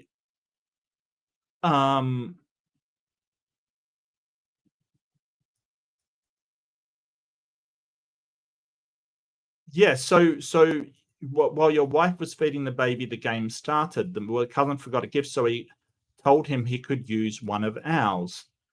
Yeah, yeah. So your wife wasn't available when it started. I mean, if she wanted to play, you might have waited for her, but I don't know the situation. So you gave her present to your little cousin in order so your little cousin can play the game instead of her. I guess I guess she's angry because instead of giving away your gift and letting her play the game, you decided that she wouldn't be playing. So I don't think this is about the gift. I think this is about you deciding, this guy deciding that your wife isn't going to play the game and sacrificing her spot for the cousin without even asking her. I think that is a bit of an arsehole move. I mean, before the game started, if you knew your wife wanted to play the game, just going to her and saying, "Hey, we're starting the game now. Is it okay if I give your gift to the cousin because you're feeding the baby?" And she would at least have the opportunity to go, "Oh, I really wanted to play." And I would be like, "Well, that's fine. I'll give my gift to my cousin and I'll sit out. That's not a problem." So I think that sacrificing other people's stuff on your behalf is a little bit of an arsehole. I mean, this isn't that bad. It sounds like he just made a mistake, kind of thing.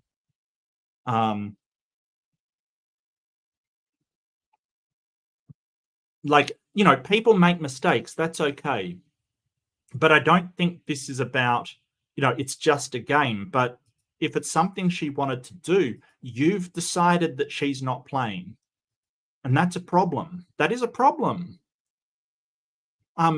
She probably felt neglected, discounted, like she wasn't important, that she could just be shoved out of an inclusive activity. If she has had that happen previously in her life, it could be a trigger for her. So I kind of think, yeah, it is a bit of an arsehole move when you could have just asked her. When you could have just asked her. I don't. But I mean, as far as, you know, nasty things, I don't think he was really being an arsehole. He's just being a bit insensitive, I guess. So, right, or letting his cousin take his wife's place in a game.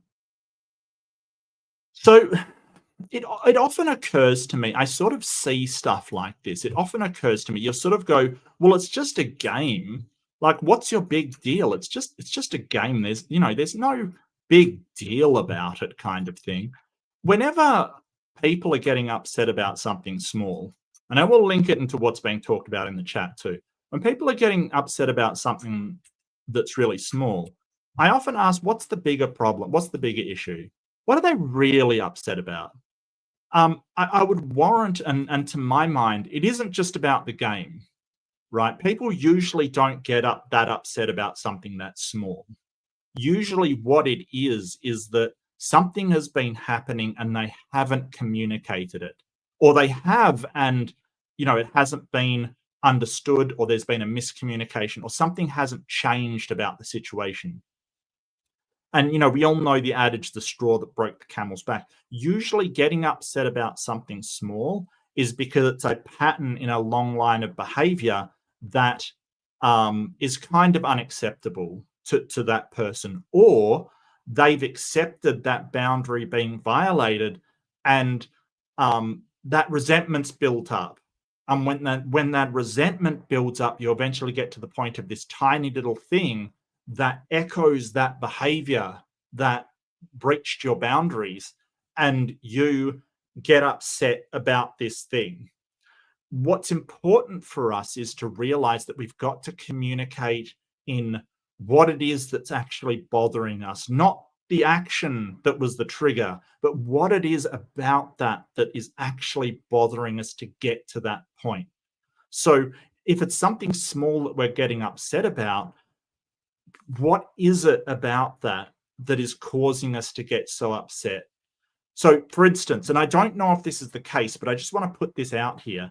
If he sort of has been making a lot of decisions on his wife's benefit, right? Things that she has no, feels like she should have a say in, but she does no say. He just decides for them. And just say, for instance, she just went, oh, well, I'll just let him make those decisions because he feels he should. But you don't like it. That can build up until you're playing a game and he does something and then you're really upset. And he's going, why are you so upset about a game?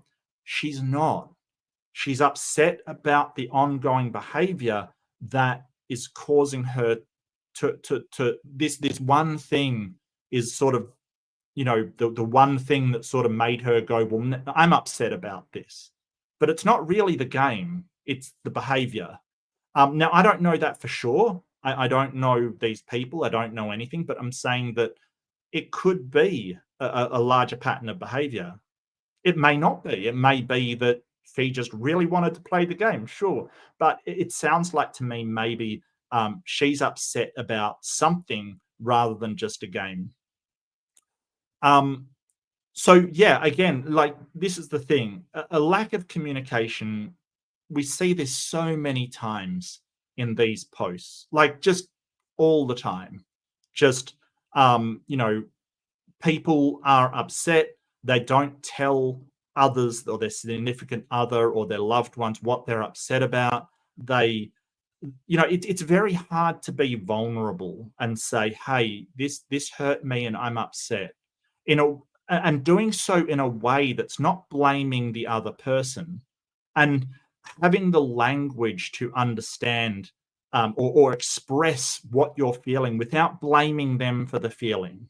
Sort of having the language to say, hey, when this happens, this is the way I feel. And I would prefer if we did this. Instead of saying, you made me mad or you made me upset because of this, this, and this. I really want to encourage you, instead of to blame people for your feelings, to express how somebody's actions may make you feel without saying that that feeling is their fault. It's a lot harder to hear, you made me this, without, when you can say, when something happens, this is the way I feel. It's hard, and it's rough, and it may, being vulnerable is hard. It's always a danger that someone may punish you for being vulnerable, but a lot of the time, people do reciprocate, or they resonate to it. If they're not to blame, if you just say, hey, this is why I'm upset, they'll be a lot more amenable to maybe finding a compromise or finding some way to solve that, to sort of avoid those feelings being triggered, while at the same time letting them do the things they want to do. Because all we had to do in this situation is just have him go to her and say, hey, is it okay if I give your present to your cousin? Or, do you want us to wait, hold off the game for you to finish feeding the baby? Just that tiny bit of communication. And if she sort of says, hey, when you start things and leave me out, I feel neglected and I feel rejected. I feel like I'm not appreciated or welcome. And I would prefer if we tried to include me, even if it means delaying things. That's going to get a lot better response than, you're an arsehole because you made me mad. So, yeah, I kind of encourage you to try and find words that are less blame and more about just describing your feelings. But you know, it's a very fine line, and I know it's difficult. I really know it's difficult. You know, I really do. And being vulnerable is a really hard thing to do, because we've all been hurt. You know, emotional hurt is something we all share. It hurts. I get it. It hurts. And so, you know, having gone through as a child a lot of abuse myself, a lot of abuse from my peers and from people that just, you know, mentally and physically abused me. It's very hard to be vulnerable and say I'm afraid and I'm upset, and I'm all of these vulnerable places to be, because we're afraid of being hurt again.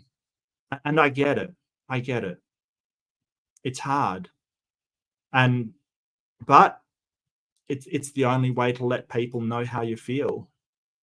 Or at least the only way I know to let people know how you feel. And if they want to hurt me, yeah, they can hurt me. I'm still going to be vulnerable when I'm vulnerable, because when you do have people understand and get where you're coming from, it's a wonderful feeling, having a community like you guys to support you when you're feeling down, or you're feeling sad, or you're feeling frustrated, or you think you're useless, or you think that everything you do is a big bloody mistake. It's wonderful. It's really wonderful. I really appreciate everybody. Right. Anyway, I'm going off topic. Back onto the what have the Redditors got to say? Yep, you're the arsehole, a pretty major one. You displayed that you're inconsiderate and thoughtless. Your wife was feeding your baby, and your family couldn't wait another 15 to 20 minutes to start. Yep, kinda, yeah, kinda. So you just went on ahead and played without her while she was feeding the baby. Your wife got 2 gifts instead of 1 for the game because she clearly wanted to play too. But you all went on without her because she had responsibilities as a mum, and you were all too impatient to wait. You should have asked to see if the family could just hold on a minute. Yeah, I'll ask her if she'd like you to wait. That's okay. You can ask her. Like, why wouldn't you ask your wife that? As I said, yeah, it's your cousin comes in with piss poor plan. Well, I mean, I wouldn't blame the cousin. He said it was a little cousin. I'm assuming it's a child. Like, let's not be too harsh on the child. And you bail them out by giving your wife's gift for them to pass off as their own so they can play in the game. You gave away your wife's spot instead of yours. Yeah, you should probably have given yours. Or ask your wife if that's okay, you know, and accepted that, hey, it might not be okay. She might really want to play the game, and that's okay. Then you can give away your spot. I don't see why you can't ask. So now you're sharing your 1 spot instead of 2 that you all should have had, that you gave it to your cousin who knows about the tradition and failed to get anything for the game. He's 15. Did it say he was 15? Did I miss that? My little cousin. It doesn't say that they're 15. Is there an update? There isn't. How do you know they're 15? Did I miss something? To make matters worse, not only did you give away a spot and robbed her of a chance to play in a fun Christmas game, you had the chance to steal an item, and instead of what she wanted, you got what you wanted. All right, I don't know how the game works, so she didn't get a chance to really play in the game, and she didn't get a chance to try and get anything that she might have wanted from the game. To make it even worse, you're now telling us you basically didn't care with the "it's just a game." Yeah, I think that it's more to it than just "it's a game." I don't know why she's so mad. She's mad because she bought the 2 gifts, wrapped it herself, and was excited to play the game for the gifts she bought for your family. Did she buy the gifts? It says we bought 2 gifts for my wife. I mean, I don't know who bought it. I'm not sure. This guy seems to be making a lot of assumptions. I mean, I don't know if there was an update that I missed somewhere, but he seems to be making or she seems to be making a lot of assumptions. I'm not 100% sure. Interesting. Bought family because you didn't give a fuck. She missed out on something she was excited for. Yeah. Planned for and bought 2 gifts for you both. Both. BOTH. Oh, settle down. Okay. But as fate would have it, she had to feed the baby, and it's not like she can tell the baby to fuck off. Okay, Reddit, because they don't work that way. She had to leave the game, find out her husband gave away a spot, play the game with him, and watches her husband steals an item he doesn't care about when she had something she wanted in the game. I'd be pretty fucking salty if my partner was that inconsiderate too. It is inconsiderate, yes. Yep. She didn't make a scene at the party because she's a woman of class and maturity and knows better than to make a scene in front of the family. So in a show of respect for you, which you better step up in showing her respect, she waited until you all could talk about it privately, discuss what you did, how to make her feel. Yeah. Please don't be a further arsehole and dismiss her and her feelings. They are valid. All right, so feelings are always valid, and I've said this before. Feelings are always valid, okay? And what I mean by that is that there's always reasons for the way that we feel what we feel, right? So, for instance, the reason behind the feeling may not be accurate or truthful or really sort of rooted in reality. For instance, you think your wife's cheating on you, for instance. That might be paranoia. It might not be actually real. Like, it might not be something that is actually true. And the reason isn't really a valid reason. But the feeling itself is valid. Okay, feelings are always valid. They tell us something. In a case where you're worried about, say, your wife cheating, and reality doesn't represent that, it's telling you that you have something to address inside of you. Okay, it's still a valid feeling, but what we do about it is then important. How we act upon it and whether we have that, is that feeling justified, is important from that point onwards. But you don't dismiss feelings as invalid. You really want to look at it and say, okay, why is that feeling there? Is that feeling, is that the thought that made that feeling, and this is to do with CBT, cognitive behavioral therapy, is the thought that generated that feeling accurate of reality, right? Is it in actuality the best way to think about the situation or what people have said, or is there another way we can think about it? But the feeling itself is always valid. It just requires more. It requires that the thing that made that feeling happen, we've got to examine that to see if that is actually accurate, or if there's another way we could think about it that would make another feeling. Maybe we can think about it more rationally. You're inconsiderate, and if I was you, I'd be working on an apology. It may not seem like a big deal to you, but this is the type of thing women notice and remember. Oh, come on, dude, seriously? All right, you just dropped like 10 points of credibility for me. This isn't just a thing women notice. Men get upset with small things too, dude, seriously. What the hell? You ever dinged a guy's car? Someone who really loves cars, and you put a dent in it? It's just a car, man. It's just a car to me, but it's not to them. Like, come on, we all do this. Let's not sort of say, hey, this is what women do. Come on, dude.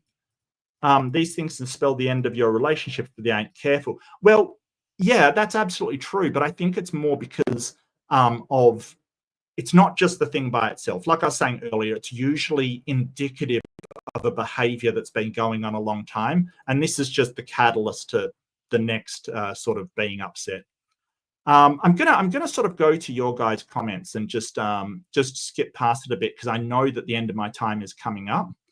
Talk about and listen. Absolutely. I think the game as a whole sucks. It turns out giving and sharing into a competition. Yeah, I wouldn't play it. I don't think that's a very healthy game, to be honest with you, Sterling. I'm kind of agreeing. I've noticed that people can be inconsiderate around doing things because you're taking care of the baby. She didn't get there for the start of the game. She didn't get to play. Yeah, Hollycock, I agree. I absolutely agree. It kind of is just saying, hey, well, your role is to take care of the baby. You don't get to do all the other things, kind of thing. It is slightly misogynistic, isn't it? But I will also tie up the thing. Oh, okay, the vote was for everybody sucks. Okay, maybe. I mean, her sort of putting her feelings across in a better way probably would have been good.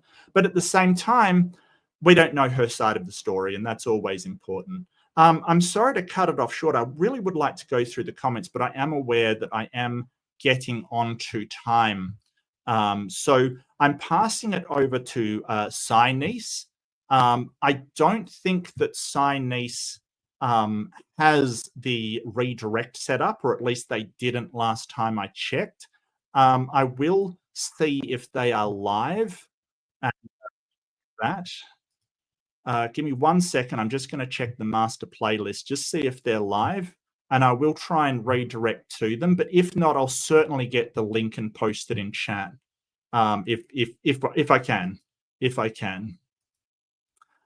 so we're currently on that one. So this is the 2024 Christmas relay, grief and the holidays.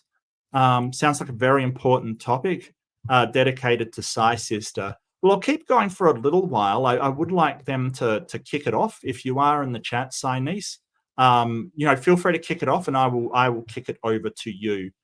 Absolutely, not a problem.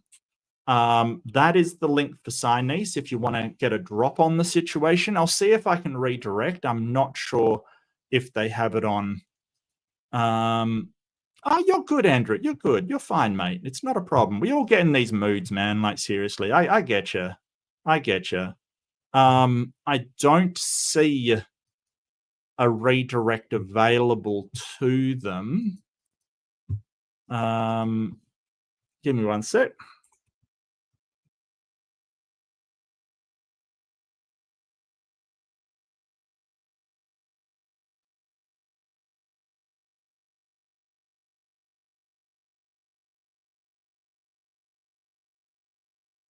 Grief and the holidays. No, definitely not coming up. Well, that's okay. I'll go for a little while longer. Hopefully they will start up soon. Oh. Says they were starting at 1 o'clock. How very odd. I definitely had a 2-hour spot, a 2-hour slot. Interesting. Interesting. Well, just while we wait to see if they're going to start, I'll just double check and make sure I haven't made a horrendous mistake here. Would I be able to run 3 hours if needed? I can certainly try. Let's do it. Tell me in the chat, are people happy to go another hour? If you are, I'm on board. I can always pass over if needed.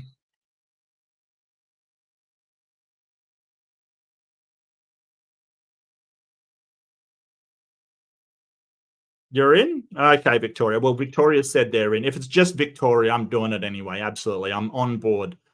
Yeah, I got this. I got this. Oh, good. Hey, we can go through much more comments now. That's awesome. The playlist will send them to that channel. Oh, okay, okay. Well, I'm not sure if they're on yet. I'm not sure what's happened with that one. So, let's just keep going. If they rock up, I'll happily pass over. I'll keep an eye on their stream. How dare you? How dare you? I mean, it's accurate, but how dare you? It's a vile accuracy is what that is. A vile accuracy. How dare you? These things, because I constantly am talking on these things, usually talking pretty fast and pretty pretty loose. I kind of have my throat ripped up, but screw it. It's Christmas. Let's do it. Let's do it. I'm on board. I've never been more on board in my life. This Reddit post, man, this person has been left out of something in their life. I guarantee it. Look, it hurts. Like, don't get me wrong. It's like, it hurts when you're left out of stuff. I don't know if you've been there. Maybe you're incredibly popular. I've been left out of a lot in my life, kind of thing. Like I really have. Mostly because I'm autistic and I talk about nonsense, and I can be difficult to be around. I get it. I've been left out. It does hurt. Like, it does. It's okay. It hurts, and that's okay. That's a valid feeling. I don't know. I kind of, for this one, I feel like the wife isn't to blame. I know that everyone voted sort of, everyone kind of sucks here. I really I really feel like that. I really feel like, she's just upset at something that has a right to be upset about. I don't see her as, being an a-hole. I really don't. I really don't. Significant Bobcat says, "You're the asshole. You could have given up her own spot. Lol. Why did it have to be her spot?" Yeah, I mean, I said that. Yeah, if you were taking turns playing and she wanted a certain gift, just pick one she wanted. Clearly, you don't care about the gift, and she does. So, what's the harm in making her happy? That is a good point. If you don't care what you get, but you know your wife really would like something, then why go for the thing that you don't want? I feel like, is there something else at play there? The cousin wanted the same thing or something. I don't know, but yeah, it does sound like a bit of a dick move. Oh my God, you're the arsehole. There's nothing worse than being stuck in a room feeding a baby while everyone else has fun. Yeah, that's a good point. I got to admit, that is a good point. First, you allowed the game to start without her, and second, you gave her gift away. Terrible behavior on you and your family's part. Okay. You're the asshole. She didn't say anything because you're in front of family. She didn't want to start an argument, embarrass you both. That's a good point. That's a good point. I certainly wouldn't have arguments while I'm in a social setting. Like if I was upset at something my wife did, I'd certainly wait till we're alone to sort of say, "Hey, I'm very upset," kind of thing. I think that she would definitely do the same. I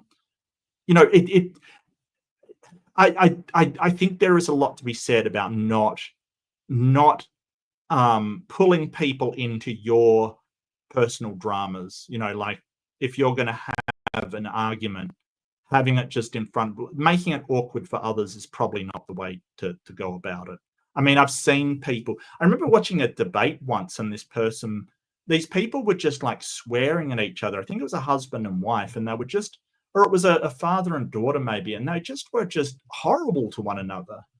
And they're sort of like, "Oh, all families are like this." Oh, no, they're not. No, not all families are like that. I don't think so anyway.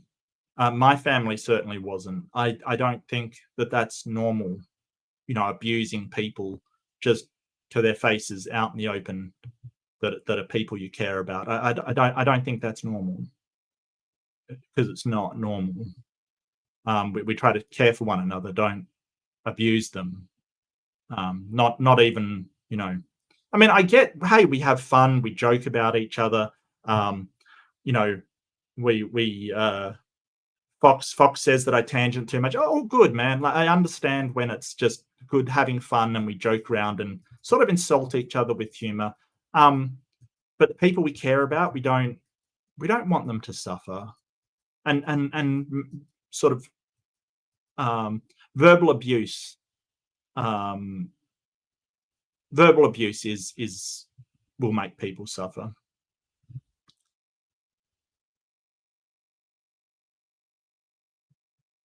You don't know about, could everyone there just grow up? I don't know what you mean by that, Richard. I don't know about all this touchy-feely stuff. I want to be interested, having a tough time though. Well, I mean, I'm going to talk about how I feel about everything. I'm really sorry. It's my channel and I'll talk about what I want. And I'm not sure about touchy-feely. I think we're talking about morality and how we ought to treat people.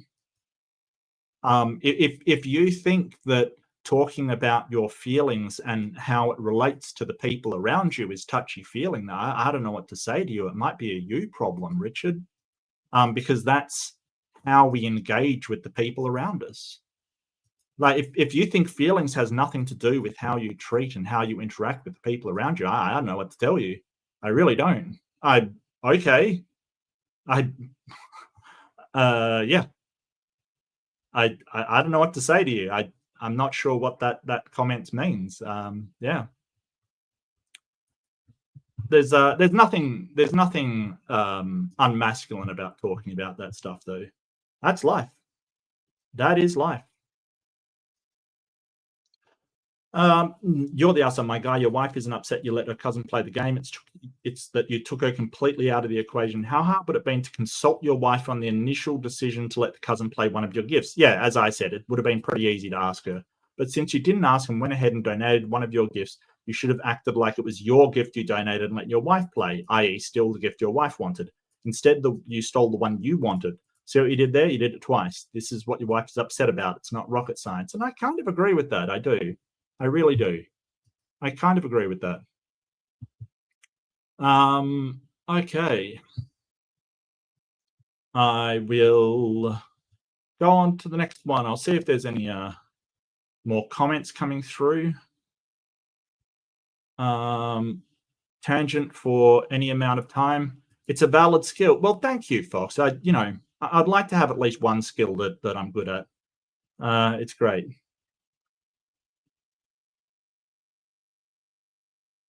Oddly, I was popular in all grade. In some reason, I was a leader of the bullies. They would listen to what I say. Yeah, no, I was absolutely ostracized and spent most time by myself. I spent a incredible amount of time with my own company when I was younger. I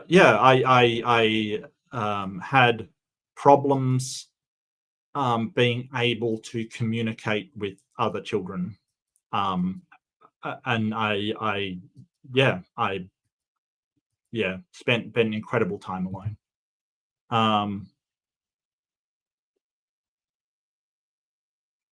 Facts are more important. I don't know about that. I'm not 100% sure about that. Sometimes, yeah, sure. Sometimes,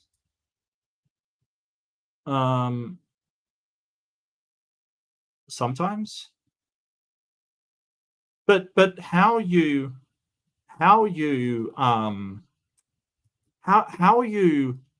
respond to those facts, what you take from those facts, is definitely something important as well.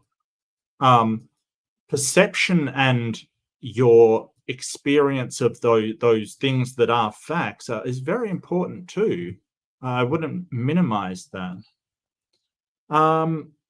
Next up, working in particular, 53. Am I the asshole for humiliating a dad for not knowing the rules of soccer? Well, yeah, at the first blush, I kind of say yeah.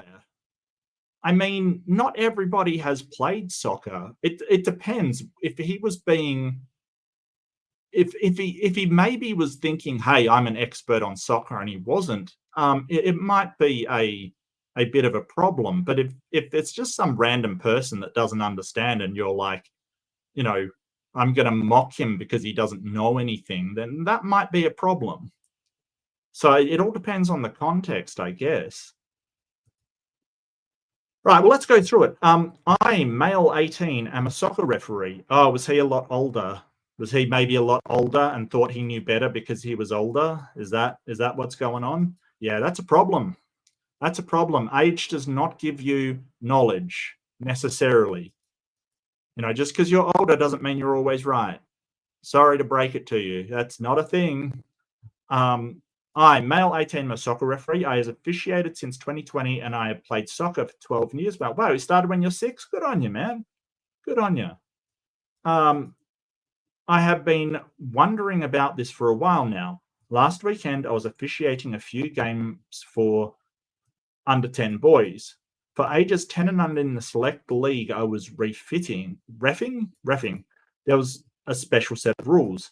There is a line called the build-out line, and it is essentially a line on both ends of the field, about 10 yards in front of the goalkeeping box. Feelings, even my own, are inaccurate and based and biased and likely motivated on misunderstanding. No. What are you talking about? They're not there to be accurate or not accurate. They're there to impel behaviors in us. They're not there to evaluate the world. They're there to motivate us to do certain things. Like, for instance, when you feel under threat, it's the fight or flight response. You'll either aggressively attack or you will sort of steer clear of that situation. The feeling isn't there to be accurate. It's there to protect you. Now, some of the behaviors that come from that feeling can be harmful, and we call those maladaptive behaviors. They're behaviors that are based, that harm our lives. Maybe it's based on faulty information, sure, but it's a category error to say feelings are inaccurate. They're not there to be accurate or inaccurate. They're there to compel some form of behavior, right? So when you love somebody, let's talk about love for a second, because if you want to get touchy feeling, we got to talk about love. If you love somebody, you will do all kinds of things to protect that person, to support them, to nurture them, to assist them, to do all of these wonderful things.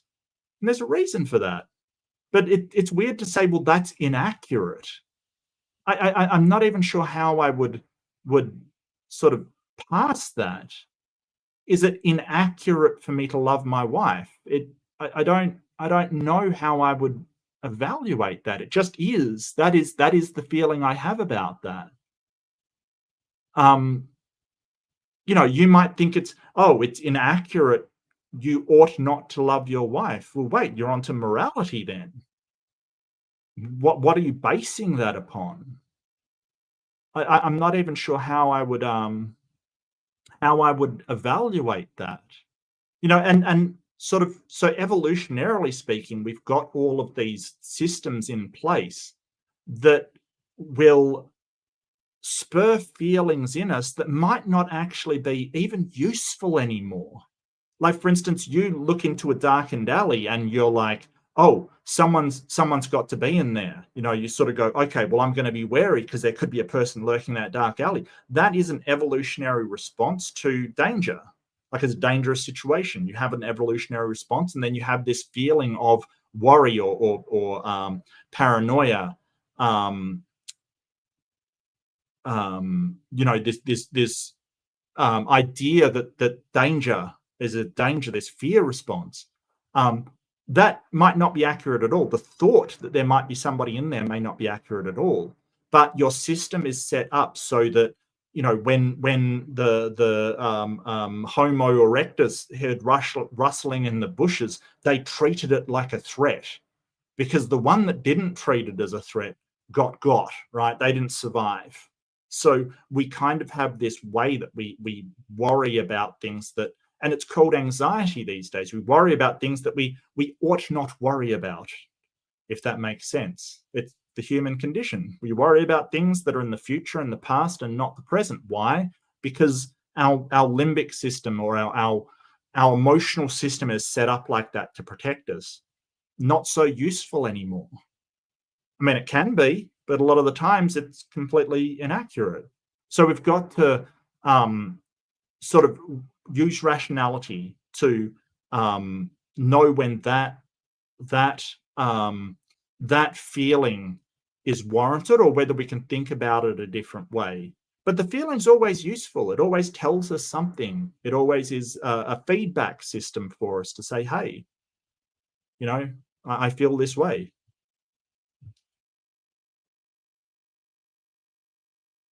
Anyway, goalkeeping box. There is a special set of rules. There is a line called the build-out line, essentially a line on both ends of the field, about 10 yards in front of the goalkeeping box. So long as you are behind the line, it does not matter where the players on the opposing team are. So is this sort of addressing offside? I'm not really a sports ball guy, I got to admit.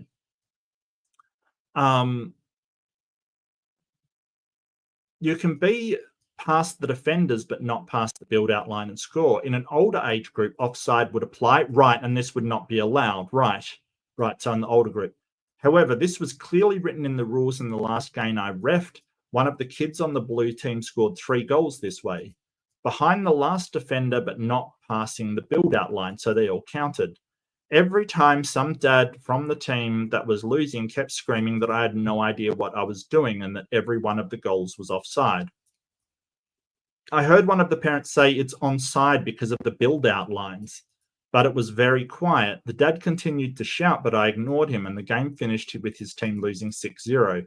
At the end, he was swearing to a bunch of parents on his side, and I heard him say, "This ref is freaking terrible." I walked over to him after I blew my whistle and said, every one of those goals was legal because of the build-out line rules.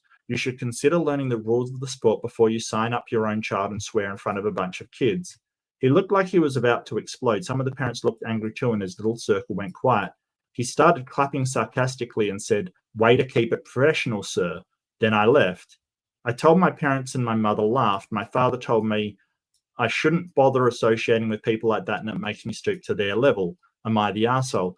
I don't think so. Keep it professional, sir. That's a very, very petty way to do it. So maybe we want to talk about how what states we get into when stuff like this happens, right? So, especially on people's kids, I've heard that like kids' soccer games can be the most cutthroat, absolute hate-filled things that have ever been seen. I think that it's important to reinforce to kids to do your best, but at the end of the day, it is just a game. It is just a game. I don't see I don't see that as particularly unprofessional. He did want him to stop swearing because, he's swearing in front of a bunch of kids. I think that is really what he's saying. Way to keep it professional, sir. I think he did.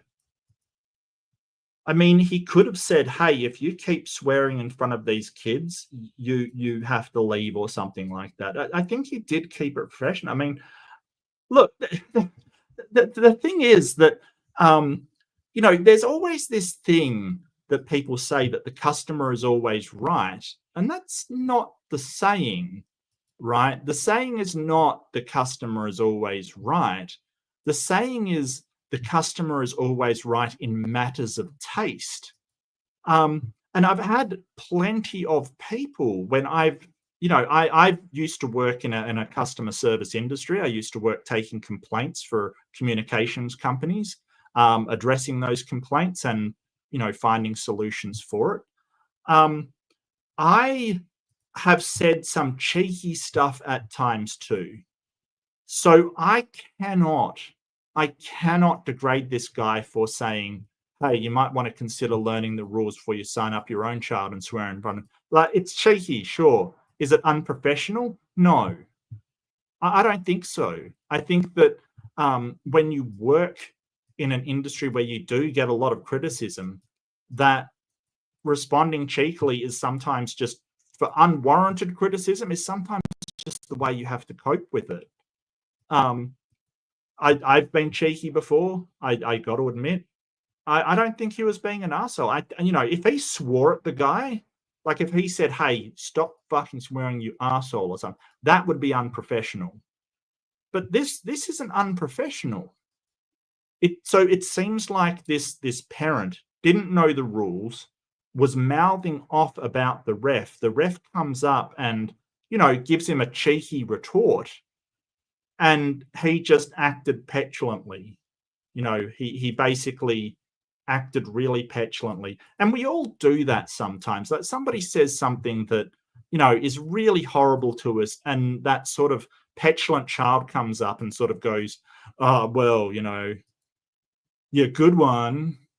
Yeah. That sort of real petulant side of us, and we all kind of have it. It also always is a thing inside of us that when somebody hurts us, we respond in a way that is childish and petty. It's essentially just pettiness, right? Just being very, very petty. I don't think that is really a huge problem necessarily. Like all of these and when you get involved in schema therapy, you understand that there's all of these coping modes that they're kind of always with you, right? The big one that I've seen, and the big one that I know is the critical parent, the one that says, "Hey, you don't do good enough." It's that negative self-talk that comes up, that real negative, "Oh, you are useless" kind of thing. And I think to a lesser or greater degree, we all experience that. We all say, there's that voice that says, "Are you really enough? Are you really any good? Do you suck at this?" Like, what if I'm terrible at this? And that's sort of a part of us. It is that sort of it is that flip side of the confidence of being who you are, to say, am I enough or am I doing it wrong? But another framing is when you get hurt, it is that petty child that comes out, that petulant child that sort of says, hey, well, you suck too. And understanding that that sort of is part of you, and understanding that, hey, it's okay, you go into this at times, but trying to replace that with a healthy kind of rational mindset is important. But we're human. We can't be perfect. We're gonna delve into those at times, and it's okay. Be kind to yourself. It's okay if that's where you go. It's all right. We all do it. You know, it's not like I'm sort of saying, hey, you stop it and I don't. No, I do it too. It happens. And sort of understanding, hey, can I get myself back to a place where I'm looking at things rationally, and that what, you know, I think what his father's saying to him, like associating, and it makes you stoop to their level. Yeah, if someone's making you go to that sort of petty place, just don't associate with them anymore. And understand that, you know, that's really what they want. It's like those people that, you know, to tie it into what I do, there's people that just want to start a garbage fire. They just want it to devolve into petty arguments, and just, you know, petulant arguments, because they can't actually present a rational, reasonable explanation. So what do you do in that case? Well, sometimes I'm petty, and I try not to be, and sometimes I am, and that's okay. That's okay. I try my best. And sometimes I rise above it and say, hey, if you don't have an argument, you don't have an argument. If all you can do is call me names, then all you can do is call me names, or mute me, or take these actions which just, you know, they show how petty you are. I don't need to get petty, because you going there just lets me show that I'm the adult in the room, and that's okay. That's a hard lesson to learn. It's a hard lesson to learn. It's even harder to do. You know, it's easy to think. Well, I mean, it's hard to think, hey, I'm not going to stoop to their level, but it's harder to put that into practice. You know, but I like the dad. You know, it's like, don't worry about people like that. I mean, the guy was probably just embarrassed that he was sitting there getting angry about you getting the rules wrong, and it was in fact him getting the rules wrong. So yeah, I'm kind of not morally bankrupt on this one. I think I've got to come down it. But I'd love to hear what you think. I'll do the poll now. Sorry, I'm a little bit out of sorts. Was the poster right? Poster right for making the parent look dumb?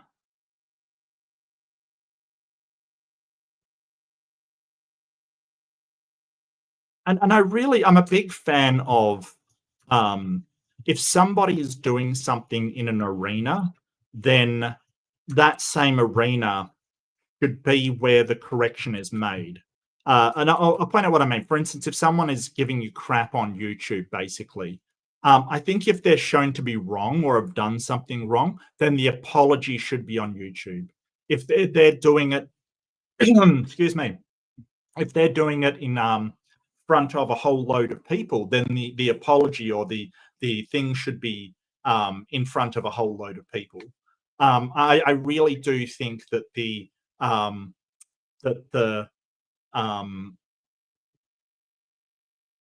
remedy, if you will, the correction should be in the same arena the violation has occurred in. I really do believe that. Sorry, just 1 second. Just going to grab some water and thing. Let's see what the Redditors think. I mean, I certainly do have my own thing. I don't think so. For me, to be honest with you, from working in customer service, I don't think this is unprofessional. You know, I don't think it's unprofessional. I think it's totally fine. it's a little bit cheeky. Definitely not unprofessional. Mind you, I mean, if you're rude to people in Australia that are working in customer service, they're going to be cheeky to you. Like, they're not going to just stand there and go, oh, no, you're totally right. You know, I'm a complete idiot. No, they're going to be cheeky. They might not be unprofessional, but they might be cheeky. And not the arsehole. Dad may have been sarcastic, but you truly did handle it in a calm, professional way. You swiftly schooled him and moved on. Yeah, not the arsehole. The only thing I think you should maybe have done differently would be give him this dressing down sooner. If a parent is being rude and disruptive, you can ask the coach to speak to them at any time. Okay, well, that might be a way to do it, definitely. If they refuse to stop, you can ask them to leave the field park. Him being loud and wrong was distracting for you. It was also distracting for the kids trying to play and learn. That dad blew up because he's a hothead and he was embarrassed. That's on him. He shouldn't feel bad about it. Yeah, absolutely. And yeah, maybe addressing bad behavior earlier before it can get out of control is a way. Yeah, and I mean, I don't know. Maybe that would have escalated the situation, and maybe the ref was hoping it would calm down. You know, like it would just sort of de-escalate. Maybe. You should have given him a red card and told him to leave. Edit to add judgment, not the arsehole. Yeah. I mean, obviously, like, that really is an escalation. I think that should only be done if there's no other choice. I think that de-escalation is really the way to go when sort of engaging with the public. You at least try to de-escalate the situation. You know, don't make it worse by doing arbitrary things. But if you want to be a bit cheeky, I have no problem with that. Not the arsehole. Responding doesn't lower you to their level. It's how they respond. He was screaming curses at a kid's sporting event and having a tantrum. You told him the rules and gave him some spicy sass. Yes, some spicy sass. I agree with the spicy sass. Thank you. Thank you. Absolutely.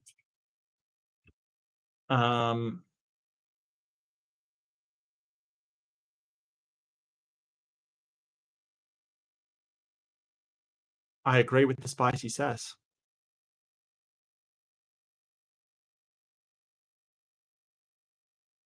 There's some spicy sass. That sounds like a justified response. Fixed and autocorrect. Okay. Yeah, I'm kind of agreeing with that. Followed the rules and gave him a bit of sass. You know, I don't see what's unprofessional about that. That's fine. You're a human. You're allowed to sass people, even if you are a referee or a customer service person. It's fine. As a past sports league board member, I'd 100% expect my league coaching staff to step in after the first incident, and I would expect that a parent to be banned from games if disrespected a ref or a coach. You get 10 out of 10 stars for professionalism. I would talk to that league staff that hired you about how to handle these situations. At a minimum, I expect them to empower you to tell the coach on that parent's team that they need to rein in their own bystanders' parents. If they fail to rein them in, I would start putting penalties on the team. You shouldn't be subjected to that, and his kids shouldn't be seeing it. Not the arsehole. Yeah, I kind of agree. Especially the kids shouldn't be seeing it. You know, I mean, you might not agree with a referee's decision, but I think it's important to teach people that they have to accept it. In this life, we will have decisions made by some authorities that may not go our way. Like, we might have a judge rule not in our favor, and we vehemently disagree. And we still have to accept it. That's life. You know, we may vote in somebody that absolutely shouldn't be there, and there's no way they should be there. But as part of the rules, we kind of have to accept it. That's the thing about living in a democracy. We have to accept the rules of the democracy. I don't know. You know, I think that teaching kids that they do have to accept, because, I mean, if you teach your kids not to accept decisions that they don't like, right? If you teach them, hey, if you don't like a decision, you can just, you know, turn around and abuse that person. How are they going to treat you when you make a decision they don't like? These people, they don't think it through. Really, you're teaching your kid not to accept decisions that they don't like. Is that a good thing as a parent? Like, you're going to make decisions that kid doesn't like. What have you taught them? Don't accept it. Not the asshole. You literally did keep it professional. You didn't swear and you weren't rude. Yeah, I absolutely agree. I absolutely agree. You pointed out his own rude behavior. The sarcastic clap was because he knew he was caught out about not knowing the damn rules. He was mad about it, and that was his weak reply. Yeah, I kind of think the same thing. I mean, he's just embarrassed, basically. Which embarrassment can definitely make us make us act a little bit childish, a lot childish. Embarrassment's a weird thing. It's yeah.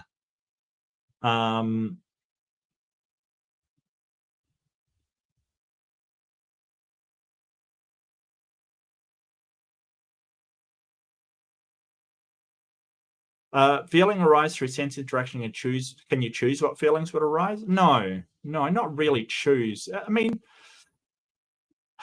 can you choose your feelings? No.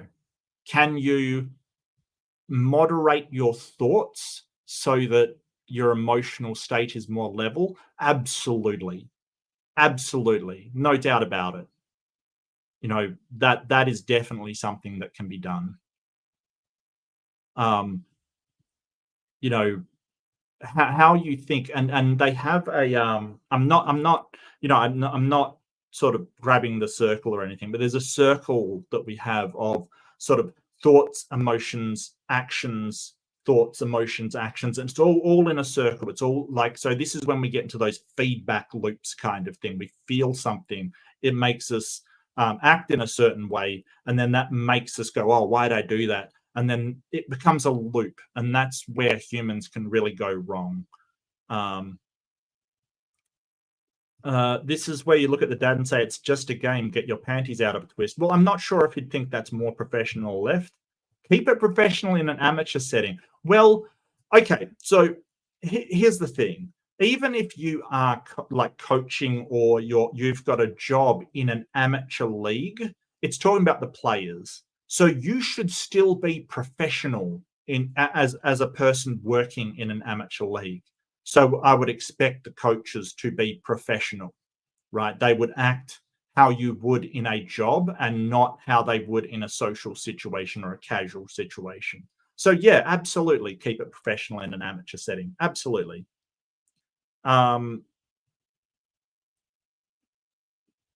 Joel says, very mature for an 18-year-old. Yeah, actually, yeah. I know as an 18-year-old, I would have been a lot less mature than that. Absolutely. Yeah, that's a good point. You're the ref. That is a competitive, nepotistic bias. Probably, yeah. Yeah.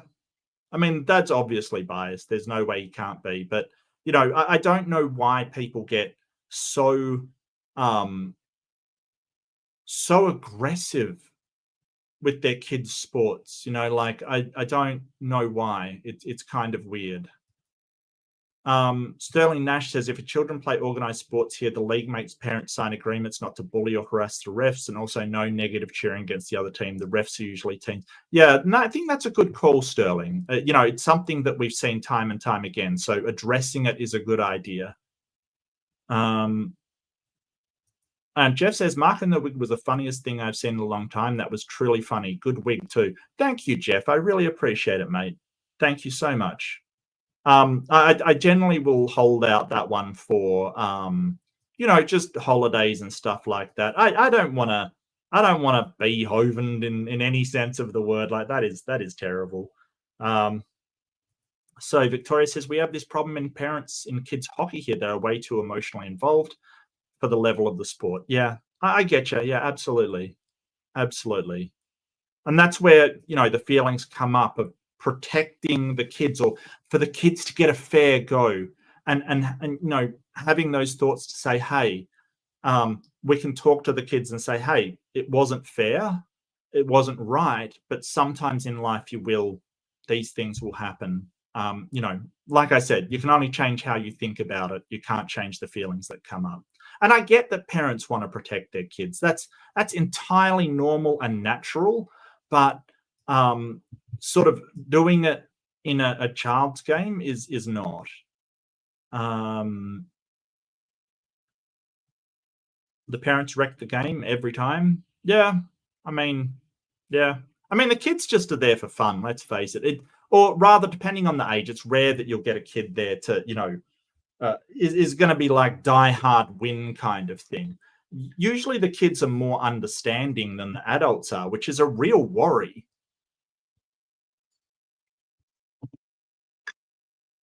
Because they just sort of, accept what the ref says and move on.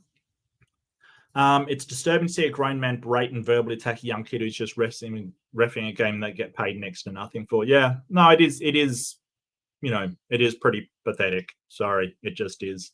100% is. Pretty pathetic. Yeah, parents act very foolish sometimes at children games. I remember baseball games where parents got into fights. The children behaved in a sportsmanship manner, parents not so much. Yeah, and that's strange. And it is so that feeling of protectiveness versus your kids. I mean, we know there's a really good reason for that, evolutionarily speaking. You have to protect your kids, kind of thing. It's yet another of those cases where our emotional state that has been, I guess, developed over a whole bunch of evolution, it is causing these behaviors that aren't really useful anymore. Right? There's the behavior of, oh, I'm going to protect my kids from this bad ref. It's not useful anymore. So we've got to think differently about it and really understand where that feeling's coming from. But it was useful, and it's a valid feeling that you want to protect your kids. That's valid. But the thoughts behind it are not. Your kids aren't in danger. They're not being threatened.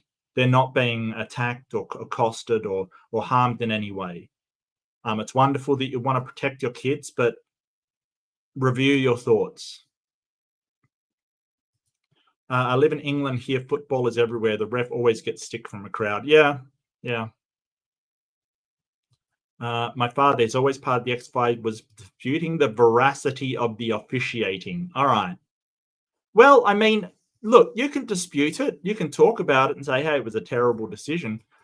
There's a big difference between disputing it and not accepting it, right? If you dispute it and say, hey, that's a bad call, and they say, no, that is the call, accept it. That's what sports are like. It's kind of like that, like you've gone into it agreeing that you're going to let this referee make the decision on what happens. You don't have to like the decision, and you can disagree with the decision all you want, but you have to accept it. And I think that gets missed a lot in sports. Getting rid of that internal critical parent was a long process for me going through life. Thanks, Mum. Yeah, absolutely. And it might crop up again, and that's okay. Yeah, I get you, Fox, and I'm sorry to hear that, mate. And a lot of it is the negative things that you are said to in your childhood, unfortunately. And I have that critical side.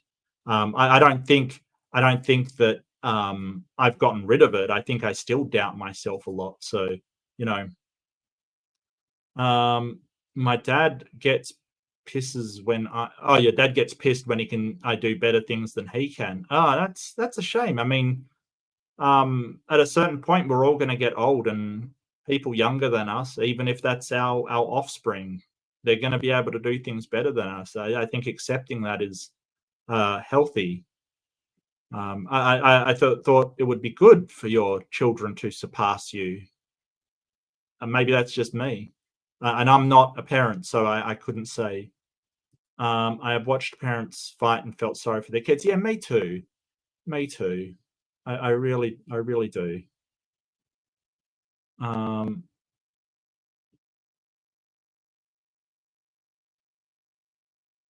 Really love that. I'm glad. I'm not sure exactly what you really loved, whatever it is. Thank you.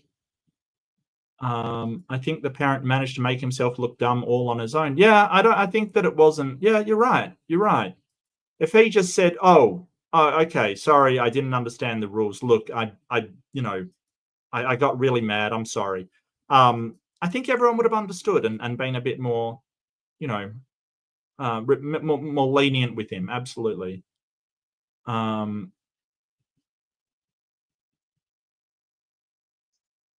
You have to always keep in your back pocket the classic, you're a fart. Okay, Andrew. Okay. Can't remember the last time I've used that one, but yeah, sure. Pettiness and childishness. I think that's right up there. Absolutely. Absolutely. We know that some people will never admit being wrong. Yeah, but yep, absolutely. That's right. Yes, some people will never, ever, ever admit being wrong. And what can you do about that? Nothing. But if you have boundaries that say, hey, people have to apologize for what they do wrong, and they're not even willing to admit it, then I wouldn't associate with people like that. Or at least if they do wrong by me, I would just put up that boundary, because I can't. If you're going to keep doing the same thing over and over, and I can't have that, then I can't have that. It's up to you whether you do something different or not. The funniest part is where everyone thinks the score is relevant. Yeah, I mean, it's more, there's a big difference to soccer players being beaten 1-0 and being beaten 6-0. There's a big difference to them. One is a victory, the other is a thrashing, if you know what I mean. Like, so, yeah, I think that the score can be relevant to some people. It definitely is a indicator of how badly a team has lost. But yeah, I get what you mean. Yeah.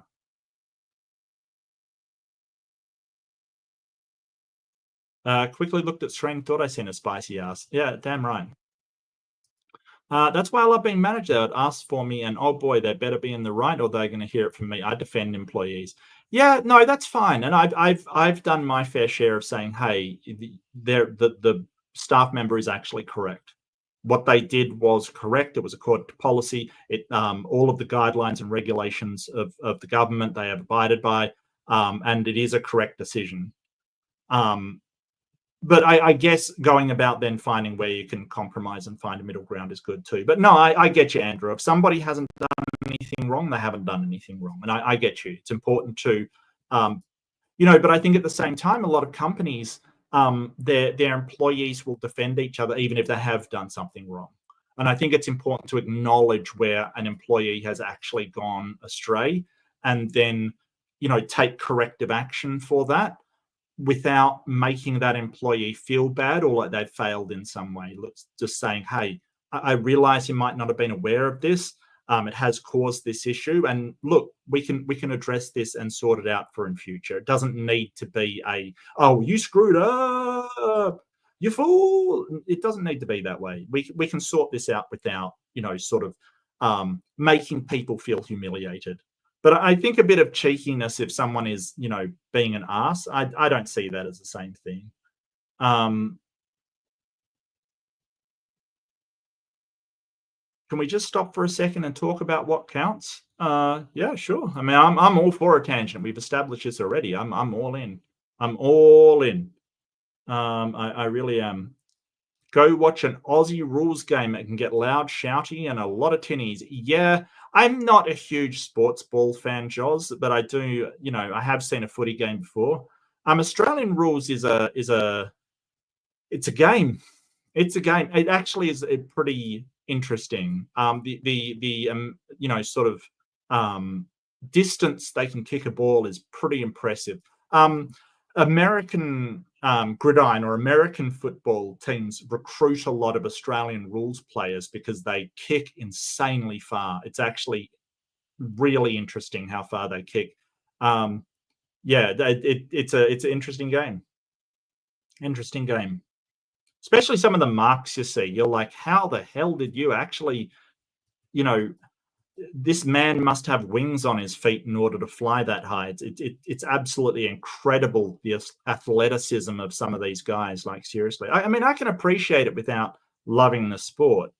There's only one sport I love, and that's robot fighting, Jaws. That's where it's at. Give me flying metal. Okay, do you have to accept Trump? Absolutely. I mean, you dislike Trump, but you have to accept that he was voted in. That doesn't mean you have to like it. And that doesn't mean you have to take everything he does. You have to accept everything he does, right? If he's violating the rules of our democracy, then absolutely you don't have to accept that. But he was voted in, and that we have to accept.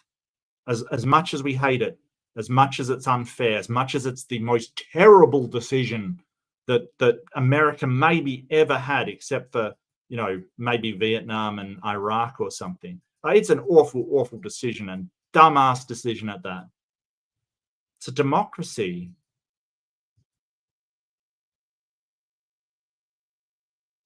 You can accept you won the Republicans, but not the country as a whole. There's no evidence that there is fraud being carried out, Andrew. I don't know what to tell you. And that's right. You haven't stormed the Capitol. You have accepted it, which is why you haven't stormed the Capitol. Like, we have to accept these things.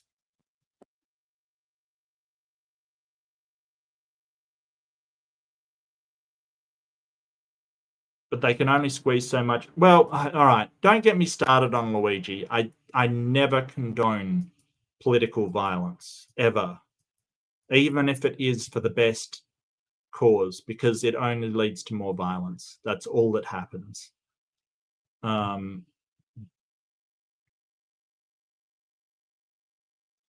already have the knifey spoony game. That's not a spoon.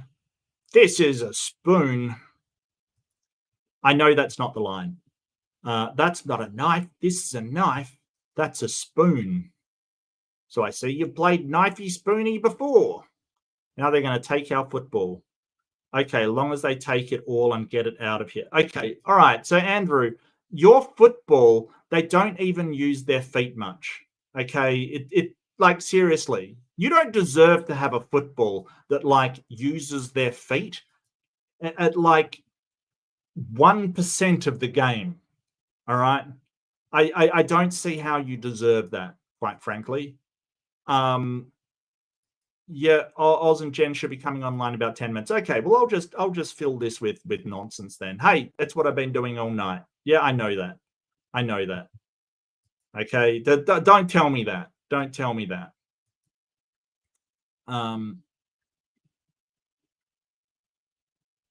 Yeah, so you know what? I used to watch American football when I was younger. Like, I mean, not religiously or not a lot, but I did used to watch a little bit.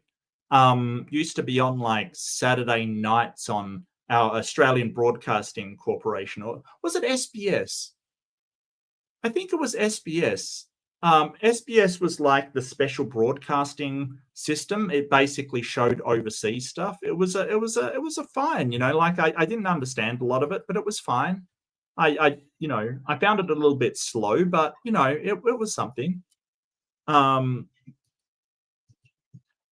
Very much appreciate that you kept going. You're considerably more entertaining than Dead Air. Thank you. That's a low bar, Purple.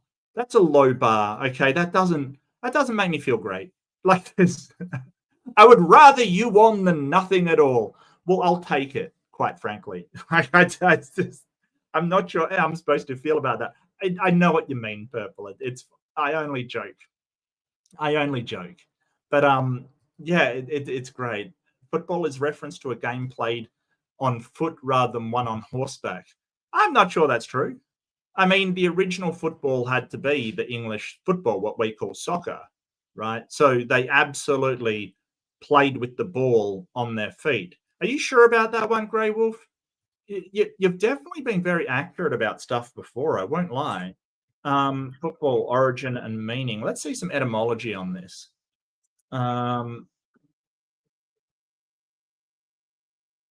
Although it's popularly believed the etymology of the word football or football originated in reference to the action of a foot kicking a ball. This may be false etymology. An alternative explanation has it that the word originally referred to a variety of games in medieval Europe which were played on foot.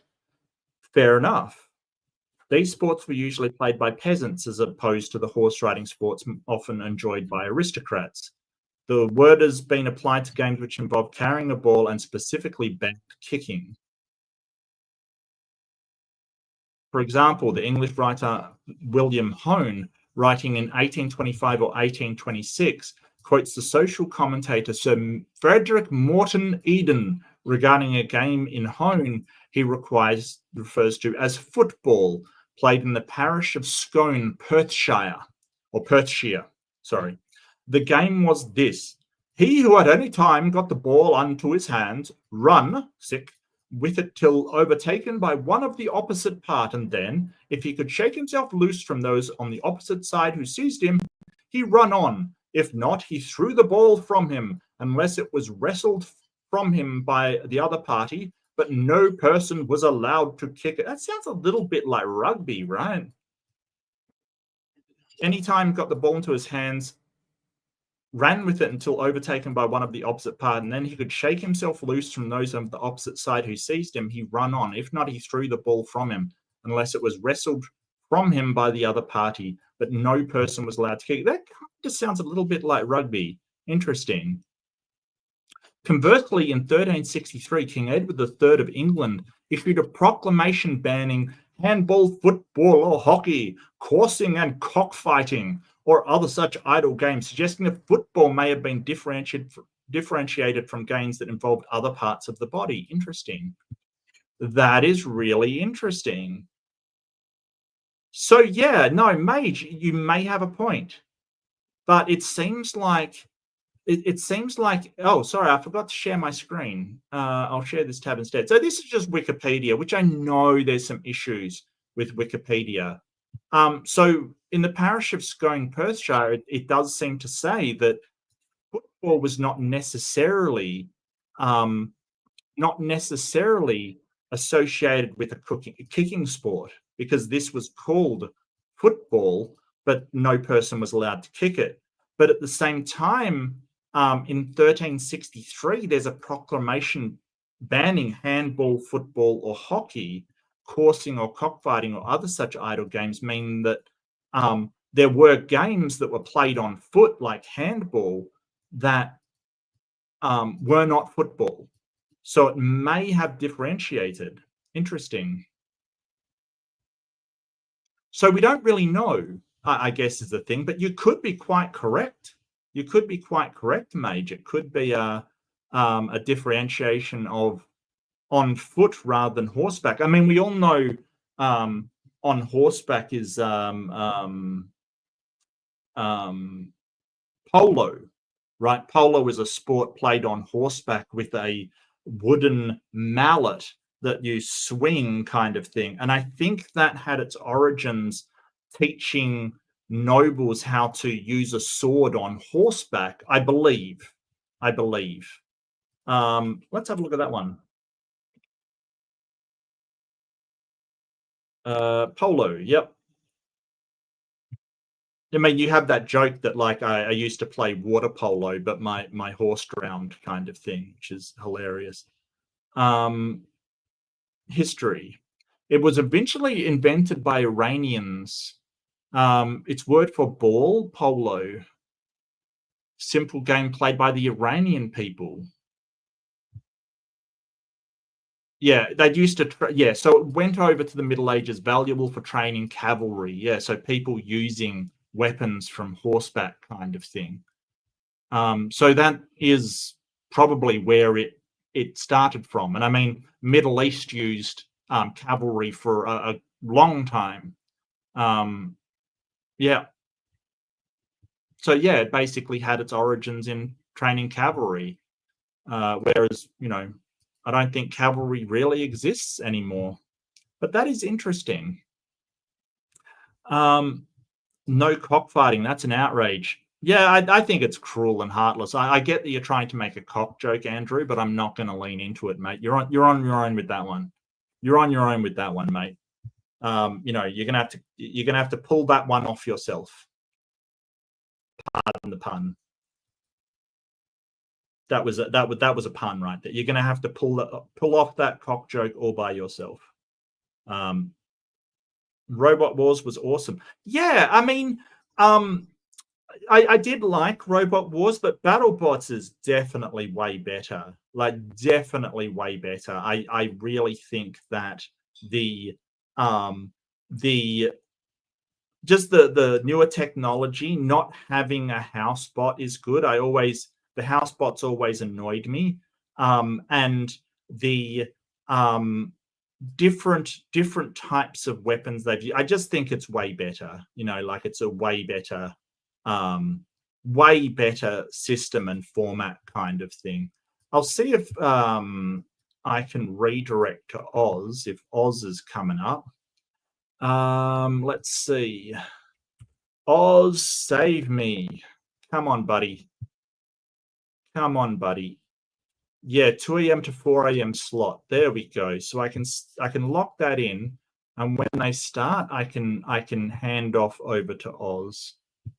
So we're just waiting on them now. Did you find our thumbnail offensive? Okay.